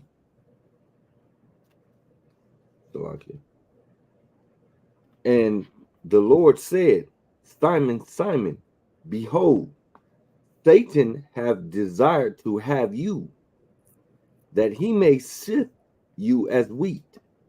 Mm-hmm. But I have prayed for thee, that thy faith fail not. And when thou art converted, strengthen thy brethren. Slaki, that was very interesting to me when he said that. He said, when thou art converted, and it's like, wait a minute, Peter, but he walking with the Most High. He was walking with him for about 3 years. But it said, when you're converted, then go strengthen your brother. Meaning what? He wasn't all the way converted. So with that being said, it's just saying it takes time, by us coming out the word, not giving excuses, but be gracious with yourself in a sense. Still try your best no matter what, but it does take time to purge some of these things out, and we got to relearn our culture and relearn these laws and really stick to them. So bro might deal with hating his brother, hating his spouse, and those are all doors and avenues for the devil to slide in, and we really don't want that. So we have to be very wary of that and pay attention to that, and purge these things out. So like I want to jump in there real quick, to that point, because that's a great point that you just made, that Peter wasn't all the way converted yet. I want to get Matthew chapter 16, and we're gonna start at verse. Every time I get a precept, you bringing it out, man. What's going on? That's the spirit. All praise to the Most High. This is the book of Matthew, chapter 16, verse 22. Then Peter took him and began to rebuke him, saying, Be it far from thee, Lord, this shall not be unto thee. Right? What is? Hey, first of all, how Peter go rebuke the Messiah? Right. Verse 23. Hey, start verse 21, Baba Kashar. Verse 21. From that time forth began Yahushua to show unto his disciples how that he must go unto Jerusalem and suffer many things of the elders and chief priests and scribes, and be killed and be raised again the third day. Mm-hmm. I just give you context. What'd you say? I just give them context. Oh, kind. Then Peter took him and began to rebuke him, saying, Be it far from thee, Lord, this shall not be unto thee. But he turned and said unto Peter, Get thee behind me, Satan. Dang. Thou art an offense unto me, for thou savorest not the things that be of God, but those that be of men. All right, you go get it. Man, I mean, it's kind of playing upon tables for me. But Keziah said he had this in his notes, so I'll let Keziah handle it. No, you good. Shoot, and moving in the spirit. With that being said, too, Mashiach already knew he had to die. He had to know what was going. He knew what was going on, but Peter didn't. Hence why Peter tried to protect him and rebuke him. But he loved him that much. But I feel like that's an example of just being over righteous, not necessarily saying. Well, I guess he was wrong. But he felt like he was doing something correct. In doing that, he was in sin. So don't be over righteous too much. If you got some more time, man, let's read some more on that. Oh yes, sir. Sure, I got plenty of time. You have with it? Verse 24. Then said Yahushua unto his disciples, If any man will come after me, let him deny himself and take up his cross and follow me. Hey, Salaki, let me say this real quick, right? It says, if any man will come after me, let him deny himself. A lot of this sins is you. Right. These sins are you. The devil only can get as far as you allow him to. You know what I'm saying? When the Most High God is restricting them, you know what I'm saying? The Most High God is in you. He restricting the devil. Like you can't touch me. You could do things around me, but you can't touch me. I belong to the Most High God. You know what I'm saying? It says, well, any man will come after me, let him deny himself and deny my fleshly desires. That's hard to do. You know what I'm saying? I'm gonna deny those things that take me away from the Most High God. You know what I'm saying? He's to take up his own cross. That's not walking down the street carrying a big cross with wheels on it. That's, you know what I'm saying? That's not that. You know what I mean? Carrying your own cross, man, is dealing with your own desires, man. Right. Sacrificing your own desires, sacrificing that old man. And that's something also that's hard to do. You know what I'm saying? It says, but the thing about it, just like what Christ told with the rich man, he said he kept the laws his whole life. He said, well, sell what you got and come follow me. Y'all know the story in what's that, Matthew 16, 19? I always mix those two. Man, he says, follow me, man. And read 25 for me, Baba Kishar. Verse 25. But whosoever will save his life shall lose it. And whosoever will lose his life for my sake shall find it. Hey, man, Peter want to save Christ. Right. But he don't understand, man. If you save Christ out of this situation that the Most High God ordained him to die, that's a downfall for the whole nation, man. That part. The future is over with. Like the future, Most High God probably would have just destroyed the world and restarted it all over again, or whatever. I don't know. Who knows what he would have done? But it's against his plans, and his plan. He's the ultimate playmaker. You know what I'm saying? He's the ultimate planner. That's right. So you go against the Most High God's plans, man. You're gonna lose your life. Let me get that last verse. Let me jump in there real quick. In fact, no. I'll read the verse and I'll get it after this. Verse number 26. This is the book of Matthew, chapter 16, verse 26. But what is man profited if he shall gain the whole world and lose his own soul? Or what shall a man give in exchange for his soul? Yo, man, you can get the money, the cars, the women, the luxury items, clothes, all of those things. But if you lose your soul, man, what profit is it at the end of days? You know what I'm saying? Your soul is who you are. So if you lose who you are, if you lose your integrity, you know what I'm saying? And we all battle, we've all lied in our lives, all did things that was off. But if you lose who you are, like if you lose that spirit that the Most High God put on you, you know what I'm saying? What are you? Who are you? I get it on that. You know what? I want to tap on the verse right before that. In fact, 24, when it said, then Yahushua answered unto his disciples, if any man will come after me, let him deny himself and take up his cross and follow me. Verse 25, but whosoever will save his life shall lose it, and whosoever will lose his life for my sake shall find it. Right? I want to jump over to Matthew chapter 26 real quick and verse number 34. Let me see. 34. Actually, I'm going to start at 31. It said, then saith Yahushua unto them, all ye shall be offended because of me this night, for it is written, I will smite the shepherd, and the sheep of the flock shall be scattered abroad. But after I am risen again, I will go before you unto Galilee. Peter answered and said unto him, though all men shall be offended because of thee, yet will I never be offended. Right? Verse 34. Yahushua said unto him, verily I say unto thee, that this night before the cock crow, thou shalt deny me thrice. Right? And we know that when we continue to read the account, that Peter in fact did deny Yahushua. Right?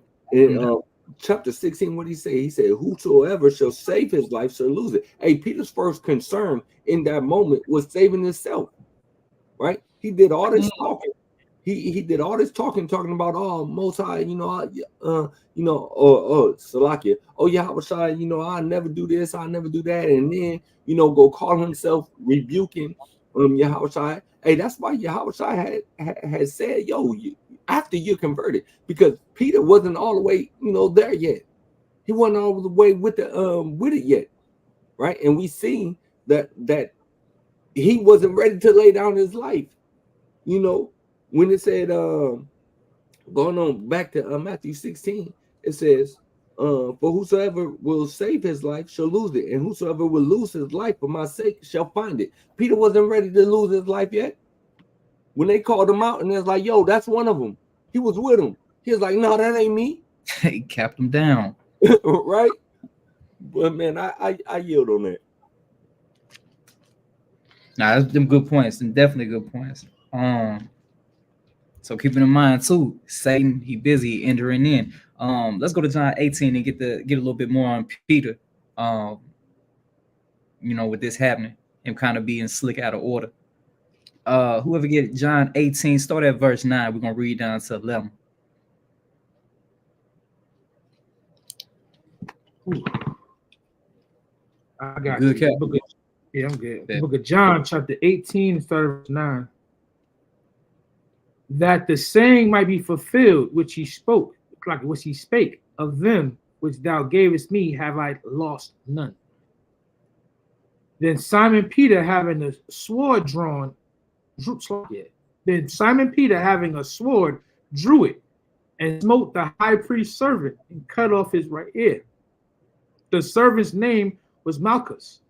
So Peter was always on go, man. He definitely had the zeal, right? But we got to have knowledge to go with that, and we got to have self-control and contain that. But Christ wasn't with that. Go ahead and read 11. He had to get on Peter for a little bit. Then said Yahushua unto Peter, put up thy sword into thy sheath. The cup which my Father has given me, shall I not drink it? Like, what I'm going to do? I'm not going to do the will of the Most High? So people being righteous, but don't be righteous over much. He was just trying to, protect the Most High and do what he thought best, but leaning on our own carnal thoughts. Most of the time, our mind ain't the Most High's mind. We don't know his thoughts. So, let things be. We got to mind our business. It's funny. We was talking about that a week or two ago on DTA. Nadab's lesson. Warfare is not carnal. You know what I'm saying? But it's spiritual and breaking down the strongholds. You know what I'm saying? Peter went straight to the carnal aspect of it, ready to draw his sword. I mean, listen, man, you need people like that willing to, fight. But at the same point in time, he had zeal of the Most High God, but not according to knowledge. You know what I'm saying? If he had knowledge of the and he been telling them, Christ been telling them, he even called him Satan, man. You know what I'm saying? Because he's trying to stop him from dying. The fact of the matter is, man, if Peter was to understand the task at hand, you know what I'm saying, he would have understood that this is the purpose. Right. To do this. This is prophecy. How you gonna go against prophecy? I'm gonna get with that. Nah, great point. Real quick, just we're gonna get another account in a second. Let me get 2 Corinthians 2 and 11, and then somebody else. He just popped in my head. Go to 2 Chronicles 35 and 20. So 2 Corinthians 2 and 11, 2 Chronicles 35 and 20. This is the book of 2 Corinthians, chapter 2 and verse 11. Lest Satan should get an advantage of us, but we are not ignorant of his devices. So that's one thing we got to keep in mind. We can't be ignorant of his devices because he coming. Like it says in Sirach chapter 2, my son, if thou come to serve the Lord, prepare thy soul for temptation. It's going to happen. I ain't gonna lie. I think that's one of the mistakes I made when I first started getting the truth. I just found look, I'm following the commandments. Everything should be smooth. Not taking into account that I'm going to be tried over and over and over again into the end, hence enduring to the end, lest we be saved. So I did kind of have a misconception like, hey, well, I'm doing what I'm supposed to do. I'm going to be good. Life going to be smooth, but rudely awakened. So, we have to be, circumspect and pay attention to Satan's devices. Like, he's the age-old demon, so he's definitely crafty. So be aware of his craftiness. But I yield on that. Let's get a Cap. You got anything on that?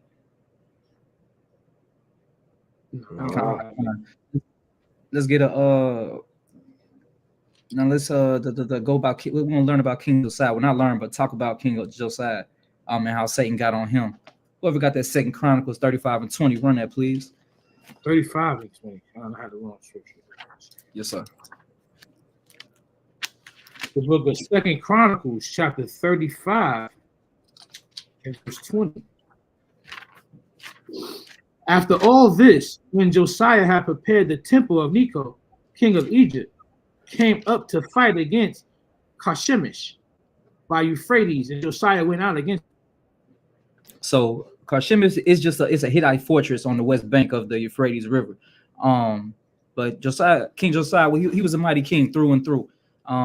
He didn't at the end he kind of fell out, but he out of his whole reign, he did what the Most High told him to do. Continue, please. Verse 21. But he sent ambassadors to do it. He sent ambassadors to him, saying, "What have I to do with thee, thou king of Judah? I come not against." No, it's lucky. We can keep reading. Okay. I come not against thee today, but against the house wherewith I have war. For God commanded me to make haste. Forbear thee from meddling with God, who is with me, that he destroy thee not. So he was on a mission. The Most High sent him on that. He pretty much just told King Josiah, don't meddle. Kind of, we got to say it in the South, man. You're meddling at, like, don't meddle. You know what I'm saying? Mind your business. So with this being said, he was supposed to mind his business on this account. And let's see what happened on that. Verse 22. Nevertheless, Josiah would not turn his face from him, but disguised himself that he might fight with him, and hearkened not unto the words of Necho from the mouth of God, and came to fight in the valley of Megiddo. So Satan hopped on him right there. If you pay attention to that, he was supposed to listen because it came from the Most High, but he didn't take heed to that, and he went to fight. And what happened when he went to fight? And the archers shot at King Josiah, and the king said to his servants, "Have me away, for I am sore wounded." His servants therefore took him out of the chariot and put him in the second chariot that he had, and they brought him to Jerusalem, and he died, and was buried in one of the sepulchres of his fathers. And all Judah and Jerusalem mourned for Josiah. Simple plain upon tables. He ain't mind his business, and he died. So that's one thing too. If we don't mind our business and try to stay out the Most High affairs, we try to take things in our own hands and think we know better. It could end ugly. But just wanted to pull that example too with Satan hopping on. He should have listened, but he didn't take heed, and it was what it was. Got two more accounts. Let's get Luke 22 and start from the top. Now we're gonna show it with this one where Satan entered Judas, surname Iscariot. See how this happened. What you want? The book of Luke, chapter 22. All right, this is the book of Luke, chapter 22, and verse 1. Now the feast of unleavened bread drew nigh, which is called the Passover. And the chief priests and scribes sought how they might kill him, for they feared the people. Then entered Satan into Judas, surnamed Iscariot, being of the number of the 12. So here you go again, entering into Judas. Now with that being said, Judas was one of the 12, right? He was walking with Christ, one of the 12, like he's up there, and Satan hopped on him. So how much not more us? We ain't really nobody special. So if it happened to him, it can happen. It happened to Peter, etc. It happened to King David, etc. So it definitely can happen to us. So we have to be aware of Satan's devices. He's very crafty. But if we stand on our square and lean on these scriptures in the Most High, he's going to get up out of there. Continue to read. And he went his way and communed with the chief priests and captains, how he might betray him unto them. And they were glad. Slacky, my fault. They're over there plotting how what can we do to betray Christ? And they came to an agreement. Go ahead. I'm sorry. and they were glad and covenanted to give him money. They just agreed to give him some money, right? So right here, his lust overtook him, and it got the best of him, and he succumbed to that lust, and hence everything else transpired because of that. Real quick, Cap, I'll run. If you can give me 1 Timothy 6:9, and run that right quick. So same note, like we got to be aware of his craftiness and his devices, because he knew what was going to get Judas, and it was money. Simple. Like, sure, if we can use money to betray the Most High, or that's what he's going to do. And hence some of us had problems with that. If you was ever in the drug world, you aspired to be, a sports player, or just had a love for money, we got to watch that thing, because it might, you might sell your brother out for that. But go ahead with that 1 Timothy 6:9, please. The book of 1 Timothy, chapter 6 and verse 9. But they that will be rich fall into temptation and a snare, and into many foolish and hurtful lusts, which drown men in destruction and perdition. Perdition means it's just hell. So you know what I'm saying? You can get led to hell off that lust. Any lust that isn't, of the Most High, if it's not, you're not lusting after the Most High or something like that, then it's damn near it's off. So you don't want to be taken away by money or your own vain lust, because ultimately that's what happens. According to James chapter 1 verse 13, the Most High doesn't tempt us with lust. It's already in us, and it's awakened by something. Then we go chase it. First it's a thought, then we chase it, then we end up doing it. So we have to be wary of that and stay on guard. Jump up to verse 6. 1 Timothy chapter 6 and verse 6. But godliness with contentment is great. So that's what we want. Godliness with contentment. That's great gain. So we always want to be content with whatever we got going. Be content with it, because the Most High, he'll add on to it. Let's see. Right. I think that's all I had on that one. Hit verse 10.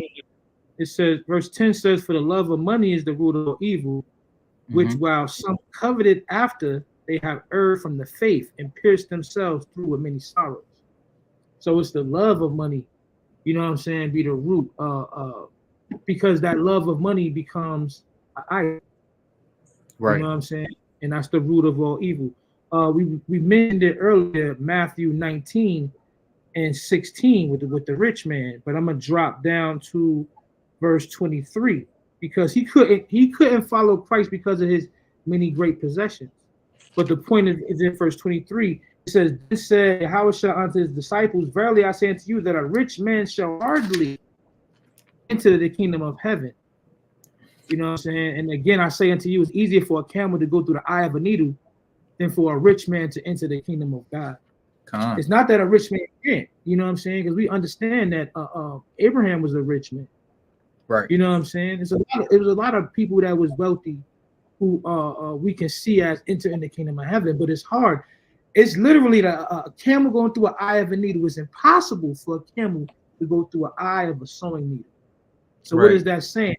And it's funny, Manatazak, brother who's old enough and they can't remember that brother.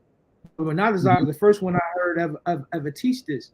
He said it's not that a camel can go through an eye of a needle, but back in the day, to bring a camel into a dwelling or into a house, you would have to take everything off of him. You would have to get him on his knees, and you got to push and pull. It's a hard, tenuous job to get him into a dwelling. So that was like camel going through an eye of a needle, the roundabout entrance into the home. You know what I'm saying? It's a hard task. So that's what he's referring to. It's not impossible, you know what I'm saying? But it's a very hard task because we start relying on money. You know what I'm saying? Salakia. Also, real quick, there's so the eye of the needle. It was like when we look at and actually I was trying to bring up a video where when they said this, there was a place in Jerusalem that was referred to as the eye of the needle, right? And it said that, in fact, let me see if I can pull it up. So, like you just said, as far as trying to get a camel through, it wasn't talking about a literal needle. It was actually making reference to this what was termed as the eye of the needle in Jerusalem. So they use this analogy, right? Because, like you said, as trying to get a camel through this doorway was, trying to, especially when the camel had, like it says, what I'm reading right here, goods on it, the riders and everything else, trying to get this camel to pass through that opening was extremely difficult. And you just said, as far as there's many wealthy people in the scriptures that we know is going to get into the kingdom. Abraham, right? Even Job was wealthy, was a wealthy man, right? And after he went through what he went through, the Most High doubled what he already had. Right, but are you? Yeah. Con. These are great, good points. Let's get a little more Judas right quick, man. Let me get John chapter 13. We're gonna do a little bit of reading real quick, not too much. Let me bring out this last account. Let y'all enjoy yourself and get the camp and everything. John 13 and start at verse 19. We're gonna read down to 29 too. Quick little 10 piece. John 13 and 19. You got that, Yahweh, or you want me to read it? He muted. I got it. I appreciate it, Cap. I got you. John 13. My bad. It's lucky. The book of John, chapter 13 and verse 9. And it reads, Simon Peter saith unto him, Salakia, 19. Oh, Salakia. No, you got it. John 19, and what was the verse? John chapter 13 and verse 19. Salakia. No, you good, Cap. John chapter 13 and verse 19. Now I tell you before it came, Salakia. Now I tell you before it come, that when it is come to pass, ye may believe that I am he. Verily, verily, I say unto you, he that receiveth whomsoever I send receiveth me, and he that receiveth me receiveth him that sent me. When Yahushua had thus said, he was troubled in the spirit, and testified and said, Verily, verily, I say unto you, that one of you shall betray me. Mm-hmm. Then the disciples looked one on another, doubting of whom he spake. Now there was leaning on Yahushua's bosom one of his disciples, whom Yahushua loved. Simon Peter therefore beckoned to him, that he should ask who it should be of whom he spake. He then lying on Yahushua's breast saith unto him, Lord, who is it? Yahushua answered, He it is, to whom I shall give a sop when I have dipped it. And when he have dipped the sop, he gave it to Judas Iscariot, the son of Simon. And after the sop, Satan entered into him. Then said Yahushua unto him, That thou doest, do quickly. Slacky, that's cold right there. He's like, look, if you want to do it, man, make sure you get it over with quick. But once again, keep in mind in 27, it says Satan entered him. So, once again, we can't be, numb to these facts. Satan gonna try every chance he get. Go ahead. Now no man at the table knew for what intent he spake this unto him. Mm-hmm. For some of them thought, because Judas had the bag, that he had what? Because Judas had the bag. Slacky, now Slacky, my bad. Now that's going back to saying that Luke 22 and 5, and also that First Timothy. When it's saying they were glad and they made an agreement to give him money. Say that, like same thing what the world teaches us today. Go get the money. They push it in your face, man. I gotta get this money. I gotta get the bag, etc., etc. They, certain things can carry us away from the Most High. In this case, money is being put to the forefront. So we got to pay attention to that. Don't let anything take you away from the Most High, whatever your weakness may be. But go ahead, are you? Because Judas had the bag that Yahushua had said unto him, buy those things that we have need of against the feast, or that he should give something to the poor. He then, having received the sop, went immediately out, and it was night. That's all I wanted on that. Let's double back to that Luke 22 and pick up at verse 6. And whoever is doing that, the other, please get Mark chapter 14 and verse 21. So picking up back at Luke 22 and 6, and then somebody grab Mark 14 and 21. This is the book of Luke, chapter 22 and verse number 6. As for these things which ye behold, the day, Salakia, book of Luke, chapter 22 and verse 6. And he promised and sought opportunity to betray him unto them in the absence of the multitude. That's crazy. He took this opportunity to betray the Most High. But what's the scripture say about if you betray the Most High? What's supposed to happen to you? Run at Mark chapter 14, Cap, please.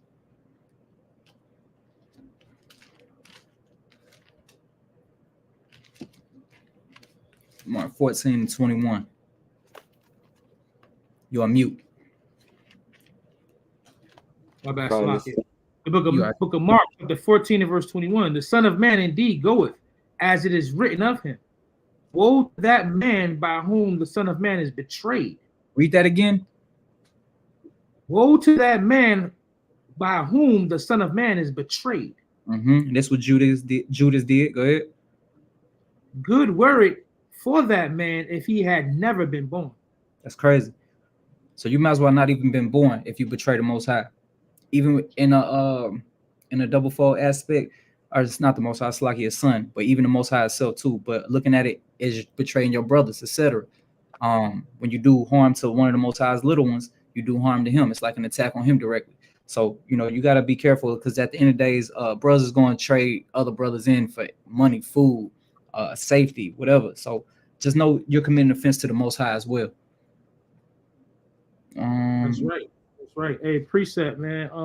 Wisdom of Solomon, chapter 3, start at verse 10. It says, "But the ungodly shall be punished according to their own imaginations, which have neglected the righteous and forsaken the Lord. For whoso despiseth wisdom and nurture is miserable, and their hope is vain. Their labor is unfruitful, and their works unprofitable." Man. So when you rebelling against the Most High God, man, when you denying him, when you going against Christ, no matter what you did in the past, it's unfruitful, man, and the works become unprofitable. Right.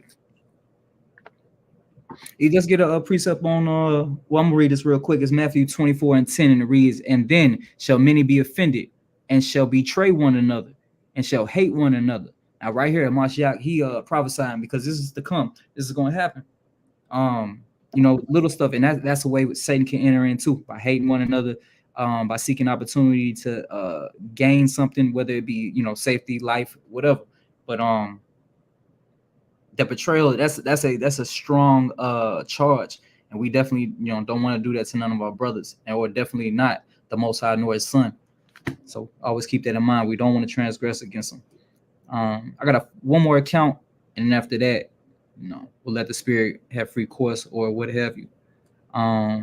If a brother can pull Matthew chapter 4 and start from the top. In this account, we want to show, because we show plenty of our forefathers being tested, but let's go and show what happened when the Mashiach was tested and tempted. Let's see how this played out with him. The book of Matthew, chapter 4, verse 1. But in the last days it shall come to pass that the mountain of the house of the Lord shall be established in the top of the mountains, and it shall be exalted above the hills, and people shall flow into it. And many nations shall come and say, "Come, let us go up to the mountain of the Lord, into the house of the God of Jacob, and he will teach us of his ways." Salaki, what are you reading, Cap? I'm sorry. I'm in Micah. Hey, that's the spirit, though, because that was beautiful. But he wanted Finish it out. Yeah, finish it out if you want. Yeah. Basically, what was that at verse 2? Let me read verse 2 again. And many nations shall come and say, come and let us go up to the mountain of the Lord and to the house of the God of Jacob, and he will teach us of his ways, and we will walk in his paths. For the law shall go forth of Zion, and the word of the Lord from Jerusalem. Hey man, I like that. I don't know. The Most High said, man, read this. Straight up. What you talking? Read this. Right. But you was in Matthew 4:1, right? Yes, sir. Wait, Matthew chapter 4 verse 1. Then was Yahweh led up of the spirit into the wilderness to be tempted of the devil. Here you go again. Go ahead. And when he had fasted 40 days and 40 nights, he was afterward and hungered. Mm-hmm. And when the tempter came to him, he said, if thou be the Son of God, command that these stones be bread. Mm-hmm. But he answered and said, it is written, man shall not live by bread alone, but by every word that proceedeth out of the mouth of God. Now, what's this? Right now, this is actually speaking to those who know the law, because this is a callback from Deuteronomy and Exodus. But in Deuteronomy 8, let's get it real quick.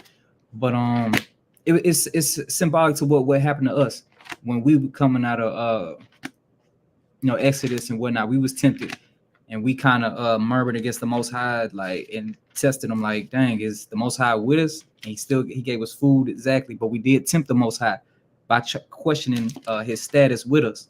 Let's see. Yes, sir. I got it. Yes, sir. In Deuteronomy 8, verse 3. And he humbled thee and suffered thee to hunger and fed thee with manna, which thou knewest not, neither did thy fathers know, that he might make thee known to man, know that man, Slakia, doth not live by bread alone, but every word that proceedeth out of the mouth of the Lord do man live.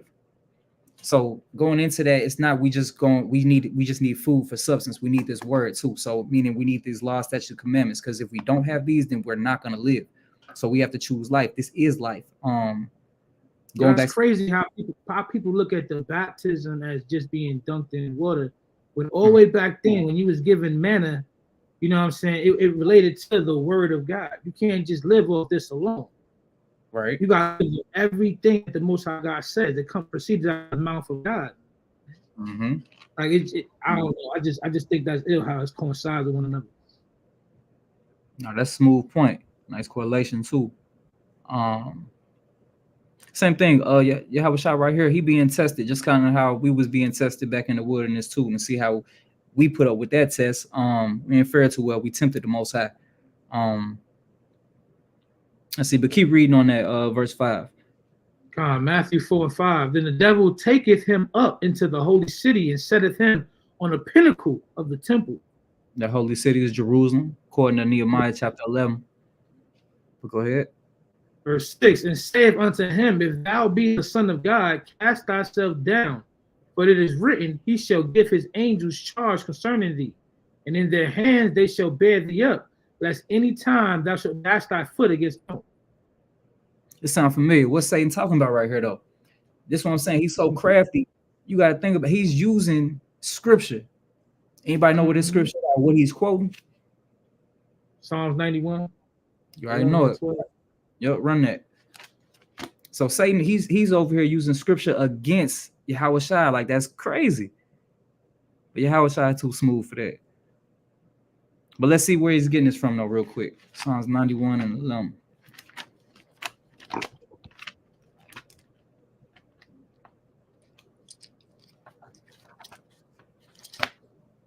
Hey, it's crazy how we can be taught the Bible our whole lives, but we never go back and figure out what he's referencing, what Christ is referencing, what Paul is referencing. Like, we've never been taught to do that. Right. That's the I mean, I don't want to take it away, but that's the difference between us and everybody else. Mm-hmm. We tell you the whole book because Christ comes to the volume of the book. Right. And we go and find the references. If you don't go and find the references, you're never going to understand what they're talking about in Galatians, in Romans. You know what I'm saying? And Matthew right here, you're never going to understand That's why the ideologies of all these other different religions is warped, because they tell you that the Old Testament is done away with. You don't got to go back there. They basically give you a book of what, Psalms, Proverbs, in the New Testament. Right. You know what I'm saying? And you're really not even reading Psalms to see the correlation, or that Proverbs to see the correlations. I'm gonna yield on that. This is the book of Psalms, chapter 91. I'll start at verse 11. For he shall give his angels charge over thee, to keep thee in all thy ways. They shall bear thee up in their hands, lest thou dash thy foot against a stone. Now that's the same callback. That's the callback that the House of Time was using to try to tempt Christ, but it ain't work. Let's double back to Matthew chapter 4 and pick up at verse 7 and see how the Mashiach responded. Look at Matthew 4, verse 7. Yahweh shall say unto him, it is written again, thou shalt not tempt the Lord thy God. All right, call back from where? Deuteronomy chapter 6. So going back into this, you don't ever start a book or a movie in the middle of the book. You don't know what's going on. You don't know what they talking about. You don't know who the protagonist is, the etc. So you have to pick up and catch everything in its whole context. Just like how Cap said, lo, I come in the volume of the book. So we start from Genesis and then run everything on down. I yield, Dosalaki. You can finish reading, please. That's Deuteronomy 6 and 16, if y'all don't have that. Matthew. What happened? No, I was just saying, my fault. I should have gave that precept out. My bad. That's all good. Matthew 4 and 8. Again, the devil taketh him up into an exceeding high mountain, and showeth him all the kingdoms of the world, and the glory of them, and saith unto him, all these things will I give thee, if thou wilt fall down and then saith Yahushua unto him, get thee hence, Satan, for it is written, thou shalt worship the Lord thy God, and him only thou shalt serve. Slacky, get James 4 and 7, please.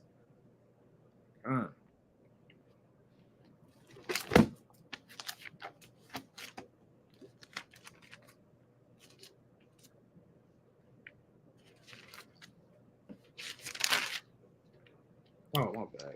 Y'all got it? I thought you held them. I got that. My bad. Oh. No, you good. Do me a favor real quick. Hold that James 4 and 7. And I'm gonna finish. No, you good. And then finish reading that Matthew 4, that verse 11. All right, come on. Matthew 4, verse 11. Then the devil leaveth him, and behold, the angels came and ministered unto him. All right, so cool. With that being said, now we're gonna run that James 4 and 7. Also, with that being said, in verse 11, it said the devil leaveth him. In the book of Luke, the same account told through different eyes, chapter 4, on verse 13, it says the devil left for a season.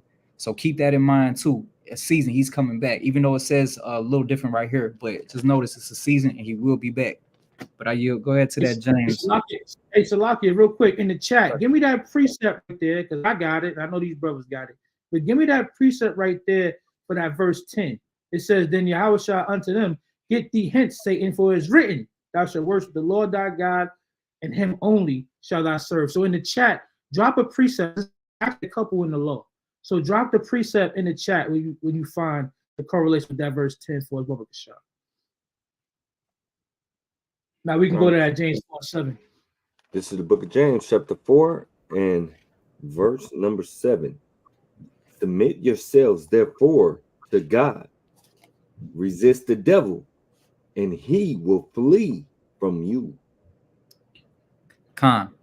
So staying in the scripts, man, keeping your mind engulfed in the Most High. That's the best thing for us to do. He told us to stay busy till he come back. So by doing this too, we keep demons off us. It's harder for demons to attack us. The more you walk with God, the harder it is to scrape your knee. So just pay attention to that too. Anytime you feel something, go get in the scripts.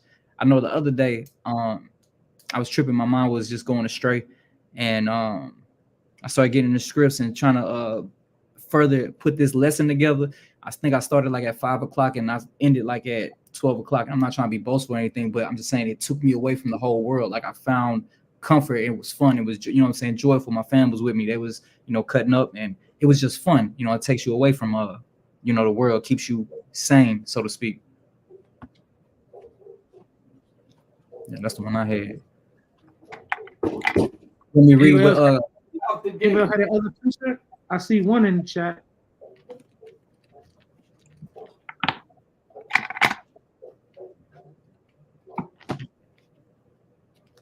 you want me to get that precept, Cap? I mean, there's one of them. Right. Boaz and Sister Judith got it both.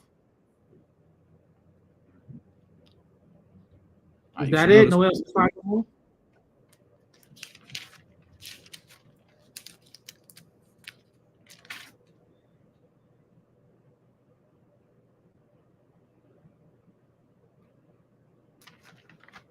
Hey man, we could go off that. You said that's all you had. You had anything? Let's read that real quick with with your wife.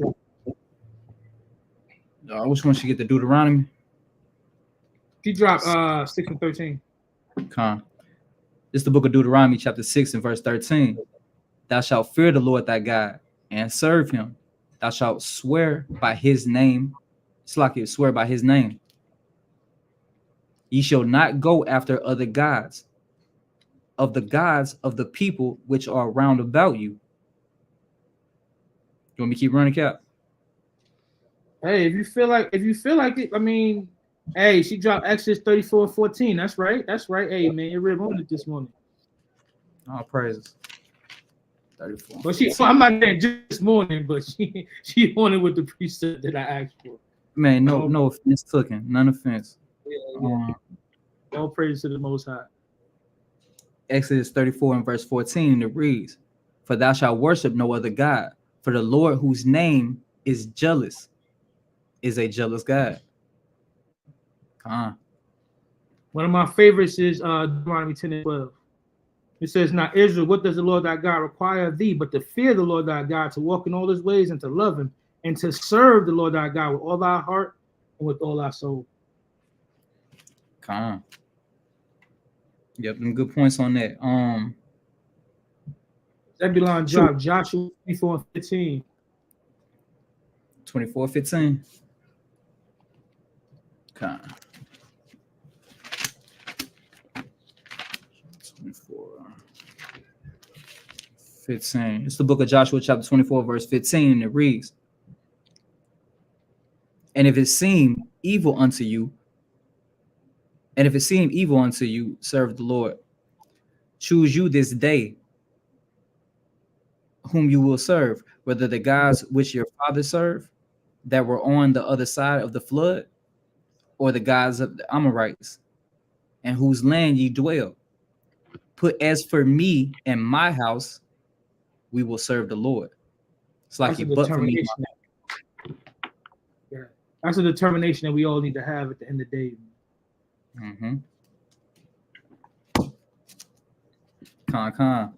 Doubling back too, jumping on that. That was a good precept too. I definitely appreciate that, y'all. Hebrews 4 and 15, and this is just showing, going back into Christ, how he was tempted, just showing you he gave us a perfect example. Everything that we go through, he went through the exact same thing, even though some of it may not be documented. He went through it. Even thinking about when the lady was washing his feet with his hair, etc. You know what I'm saying? Like, shit, if a woman's washing your feet with her hair, etc., like, most of our mind gonna go left field, etc. I'm not saying it will, but it's potential for that to happen too. So the Most High, he was plagued with all type of temptations too, but he handled it like how he was supposed to. Whoever got that Hebrews 4:15, run that, please. Book of Hebrews, chapter 4 and verse 15.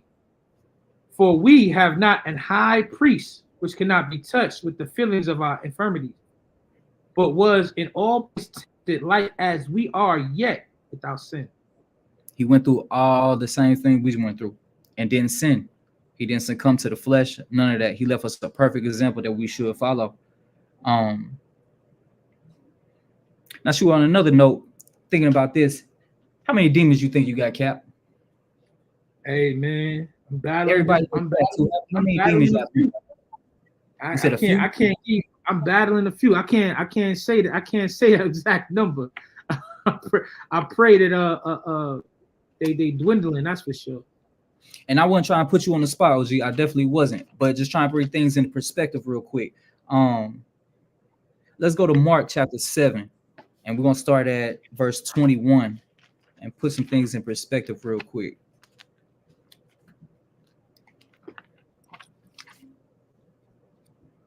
Appreciate you sticking with me, Cap. I know you ain't feeling great, man. All praise to the Most High. Hey, all praise to the Most High. Mark chapter 7 and verse 21.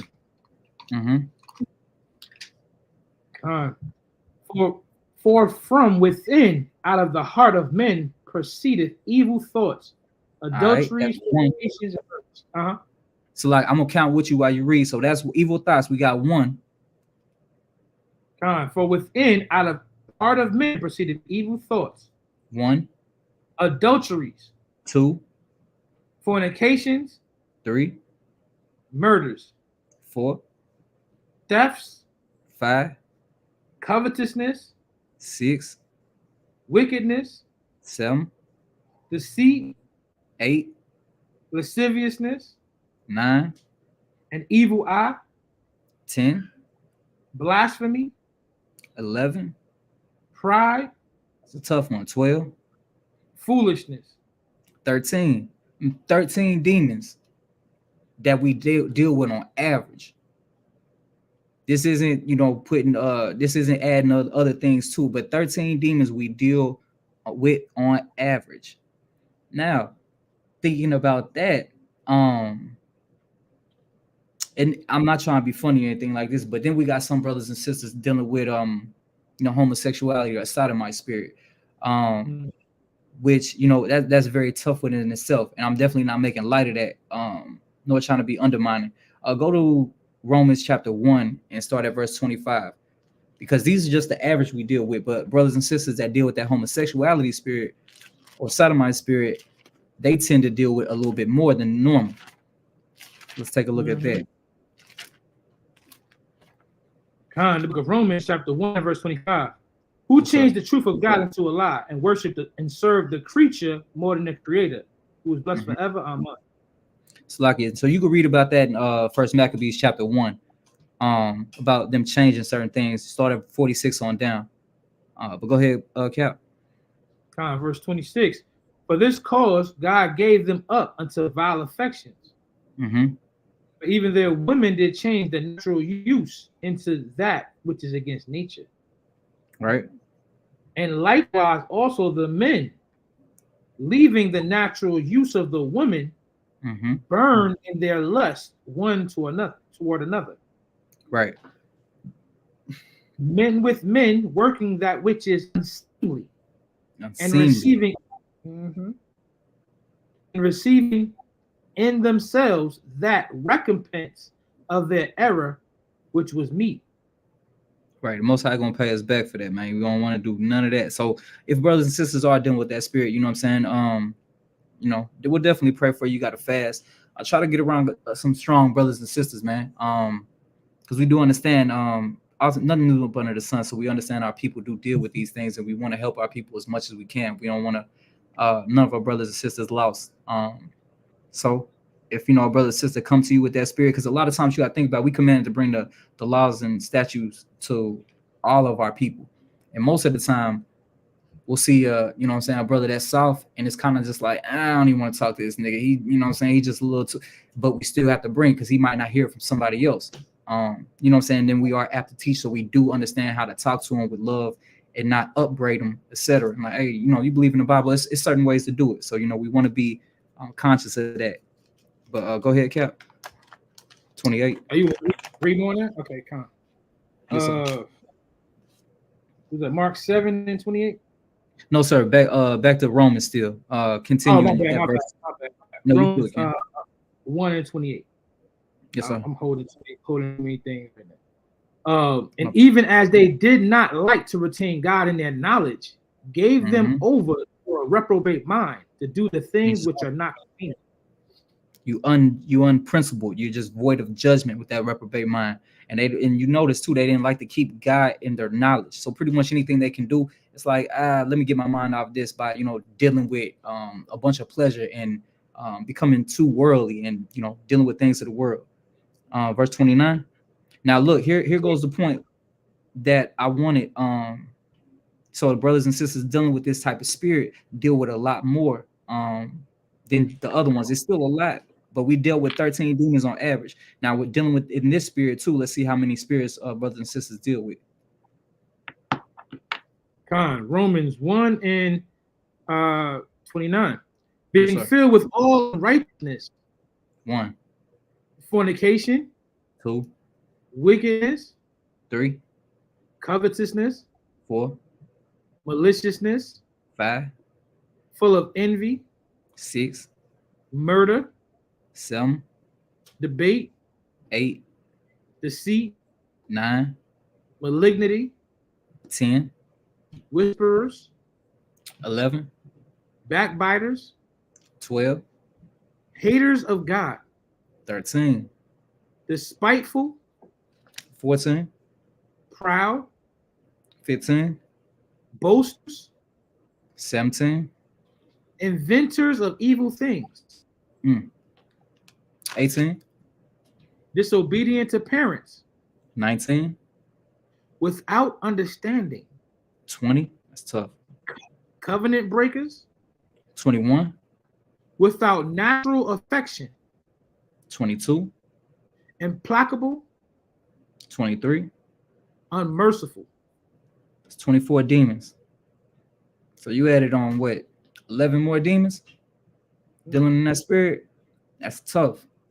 That's one of the things why we have to cleanse ourselves and purge ourselves, and how we do that, finding comfort in the scriptures and taking heed to the commandments instead of doing them and staying away from that. But sorry, I wish I said unto them, physician, right? Good point, because you are sick. Now Luke 5:31 it said, Yahushua answered them and said, they that are whole need not a physician, but they that are sick. So these scriptures help us out. Period. When we sick, man, we got to get into these scriptures. I don't know nobody that's, you know what I'm saying, walking to the point where they're you know, completely just unscathed. So these things are all of Satan, and we have to be mindful of his crafty decisions, and don't let him in. Through all these doors, he can find a way in. This is a lot of things to deal with and to keep on the forefront of our mind. You know, not having mercy toward your brother, toward your sister, lust, just walking with all type covetousness, just a lot of these things, they're all doors for him to come in. So we have to keep these doors locked and have control over our spirit. And we definitely got brothers and sisters to help us along the way. 2 is better than 1. So you're not alone. You don't have, you know, to face these things by yourself.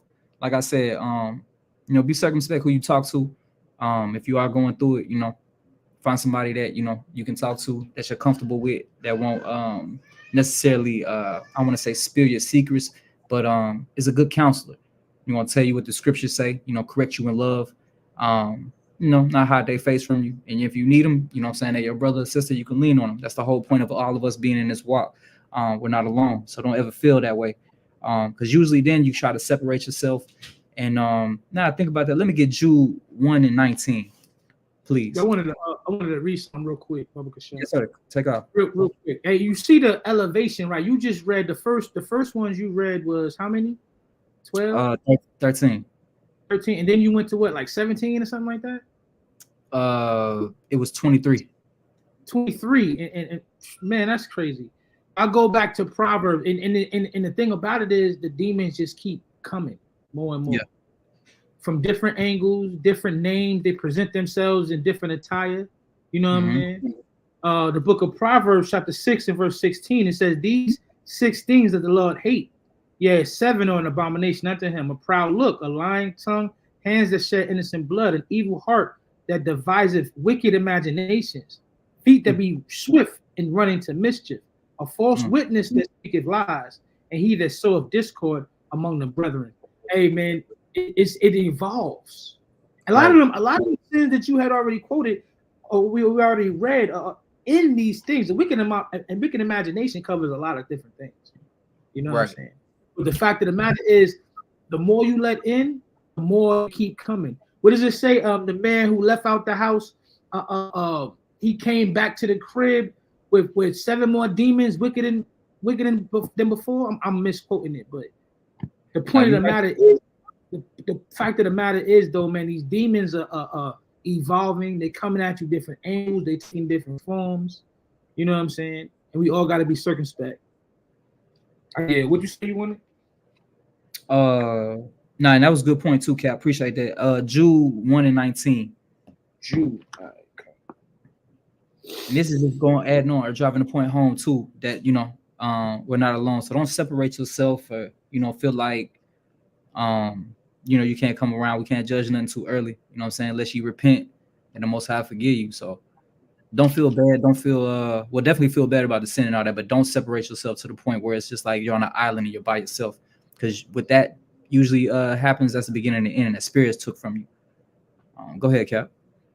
The book of Jude, verse 19. These be they who separate themselves sensual, having not the spirit. Salakia. Start at 18. All right, the book of Jude, verse 18. How that they told. let me. I probably need to come back up some more. All right. Let me see. Probably that. All right, verse 15. It says to execute judgment upon all of them, and to convince all that are ungodly among them that all of their ungodly deeds they have ungodly committed, and of all of their hard speeches which ungodly sinners have spoken against him. These are murmurers, complainers, walking after their own lust, in their mouth speaking great swelling words, having men persons in admiration because of advantage. But beloved, remember ye the words which were spoken before of the apostles of the Lord, Mashiach Yahushua, how they that told you there should be mockers in the last time, who shall walk after their own ungodly lust. These be they who separate themselves, sensual, having not the spirit. So that last part too being the point, separated, becoming sensual, becoming worldly, separating themselves, causing division, having not the spirit. So you don't want to, that brother that was coming around, or the sister coming around, always helping and being diligent, etc., etc. It's like, dang, where that brother at? Like, brothers and sisters can feel a shift in that spirit change. Especially discerning the spirit. We're very I don't know, I don't want to say a feeling people. That's why we like, hey, you feel me, etc. We get it, like, we can just feel something off, something different. That spirit discernment kick in like a spider sense damn near. But yeah, you just don't do that, because we got each other, man. Your brother and sister can help you up. Who knows, they may have dealt with something that you're going through, so by you bringing it to them, it may help you in the long run, because, hey, look, this is what I did and it's helped me, etc., etc. So you always want to be aware of that. You got anything on that, Cap? Nah, I agree with you, man. Being circumspect, trying the spirit by the spirit. You know what I'm saying? Being careful, judging righteously. All of these things that help you stay away from those evil spirits that are trying to come back to you. Stand in prayer.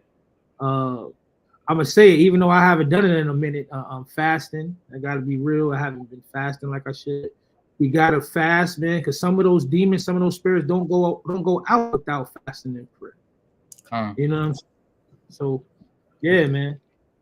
I got a few more, man. I'm gonna let y'all get about 1 Corinthians. I got like 16 times. I got a few more. Nah, keep going. My bad. Don't say no I bad. literally got like 3 more. Yeah, I got like 3 more. I'll be here 3 hours. I can't complain. I got you, Cap. This one too. First officer Yawasop. You know what I'm saying? He was talking to me about this. And reminded me of this scripture, and I needed to hear it. Start at 1 Corinthians 10. We're gonna start at 12. 13 being the point, but I'm gonna elaborate on 12 as well.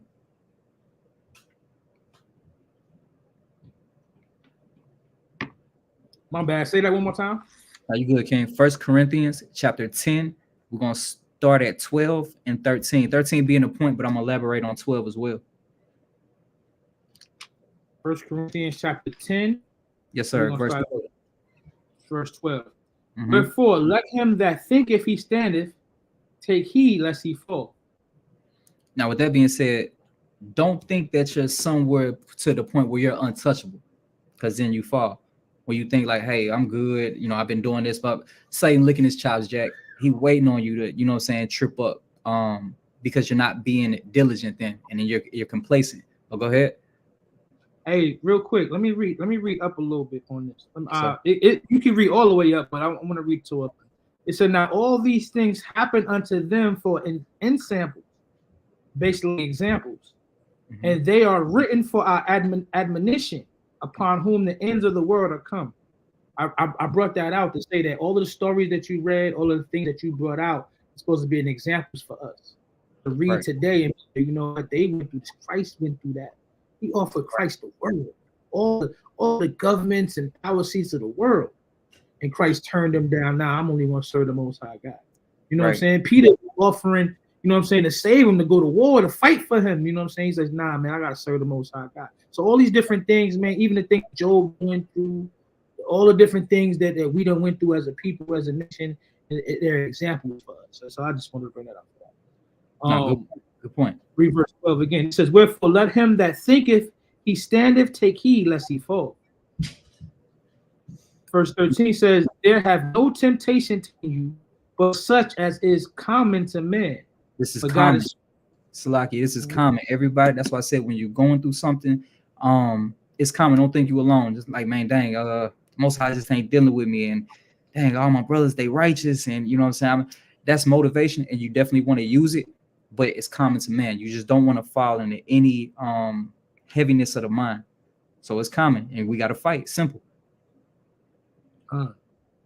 But God is faithful, who will not suffer you to be tempted above that ye are able. Simple. But he's Salaki. The Most High is not going to put too much on you where it's going to break your back. He's going to make you be able to carry. It's like he said, carry this cross, not this cross is going to overtake you. So you're going to be able to handle whatever you put in your way. He know your breaking point. Though you may not, he know what you can handle. So with that being said, keep on pushing, keep your head to the sky, keep going, keep your face and your heart implanted in this word. We should be all right. But with all the temptation also make a way to escape. Read that part again. But with the temptation also make a way to escape.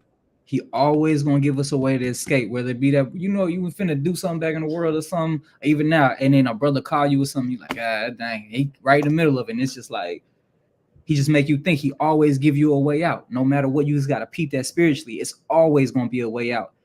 The thing is, the Most High God is practical. We can't get judged according to the works if he doesn't give us something to get judged by. So we always have a choice. So that's why he puts that choice in front of us. Now, what we choose, that's on us. We choose life or death. Hence, we choose death, we get judged. We choose life, we still get judged. Just a better judgment. But I deal with that. We finish that out. But with all the temptation, with the temptation also make a way to escape, that ye may be able to bear it. 14 and 15 also. It says, wherefore, my dearly beloved, flee from idolatry. I speak as to wise men. Judge ye what I say. These words are for wise men. When it all comes down to it, right? Or even all of those things that you read earlier, all those sins, all of those spirits that try to cleave onto us, it says, flee now, flee from idolatry. You know what I'm saying? When you make any of those spirits, any of those wants and covetous desires, any of those things more important than those high, you're actually dealing in idolatry. So you got to flee from idolatry, man. You know what I'm saying? And he's speaking to wise men and women, wise people. Understand, man, what the wisdom from the Most High God is, who believes in the word of the Most High God. It's like, just to even add on what you were saying, that goes back to that very first point in Genesis, what Eve did. The very first sin was idolatry, in that Wisdom of Solomon 14. So, we got to keep, that was the beginning and the cause and the end of all evil. So here we go. We see that recurring theme again. So we just got to know, anything we put in front of the Most High, whether have it be just whatever. If it's in front of the Most High, man, it's unacceptable. That's idolatry, and that can get us destroyed. So we got to, stay on top of that. I had two more, but we're gonna let it ride, man. You can take over, Cap. Hey man, hey, that was a mighty lesson, man. It's a mighty lesson, man. Moving in the spirit. A lot of good things came out, man. Hey, drop a 7 in the chat if y'all enjoyed the lesson today, man. I really did. It was encouraging. Probably exactly what a lot of brothers and sisters needed to hear. You know what I'm saying? All praise to the Most High God. The water to the Wakadash, to the Holy Spirit, man. The water to the Most High God. The water to His Son, man. The water to His sons, man. His sacrifice, His example. You know what I'm saying? Stiff arm Satan. You know what I'm saying? Getting the hell out of here, man. It's a while to the Most High for doing that, man. Taking it to the house. You know what I'm saying? Taking that ball right to the crib, man. And we appreciate the Most High God. We appreciate Christ, man. All the businesses that have been laboring, you know what I'm saying, for this work, man, and for this gospel. Because this word got to be preached throughout the whole world, and then the end will come. Brothers got to change. Brothers got to repent. You know what I'm saying? So we just want to say thank you. Judah said that Shabbat lesson part 2 will be going live from the school in 20 minutes. I wish you'd have told me earlier. We would have definitely. I don't know, man. I probably wouldn't have shortened it because that was a good lesson. We was in the spirit. But you know what I'm saying? Hey, man, tune in, because brothers gonna be live from the school. Brother said they was gonna be doing work from the school. I know y'all seen at the bottom. I know it's a Sabbath day, so we not asking for y'all to do anything today. But if it's in your spirit to help out with the new school, you know what I'm saying? This is our cash app, cash sign AHOS school, cash sign AHOS school after the Sabbath. We appreciate that so much. One more thing, I need to show this right here. Second annual Feast of Passover 2024 with AHOS will be April 21st in Atlanta. If you'd like to attend, please visit our website, anointedhouseofsaints.org, to be able to purchase tickets, man. April 21st. All praise to the Most High God, man. Let's get that new 718. You got anything else you want to say? Nah, I just need to go patch myself up. I'm bleeding all over my chair. So, man, don't do that, man. Hey, nah, man, because I'm getting.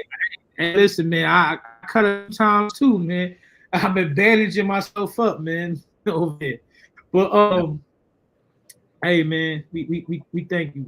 All I can do is thank the Most High God, man, for putting on the spirit for the brother to bring out this lesson. And with that, man, I hope everybody enjoy the rest of y'all Sabbath day. Have a great Sabbath day, man, and let's get it. 7:18, yeah. The book of Daniel, chapter 7, verse 18. But the saints of the Most High shall take the kingdom and possess the kingdom forever, even forever and ever. All praises. Shema Mashiach Yahushua. Shema Mashiach Yahushua. All praise the Most High God, man. With that, what's up? Said all praises. Yeah. All praise. With that, man, we're anointed house of saints, man. Sabbath morning brew. We love y'all, family. Shalom. Love y'all too, man. Shalom. Yehovah, Allah Yahweh, Yehovah,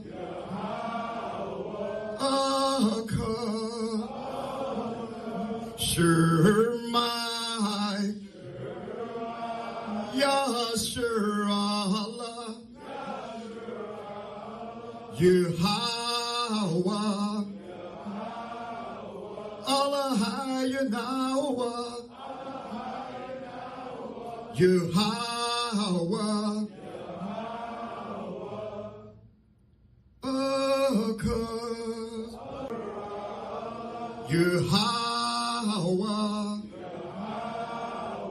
Allah Yahweh, Yehovah,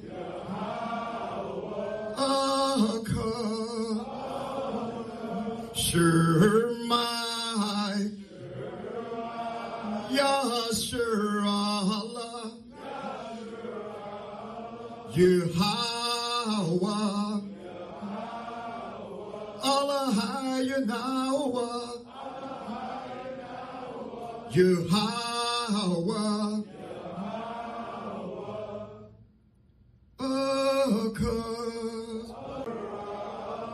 Yehovah.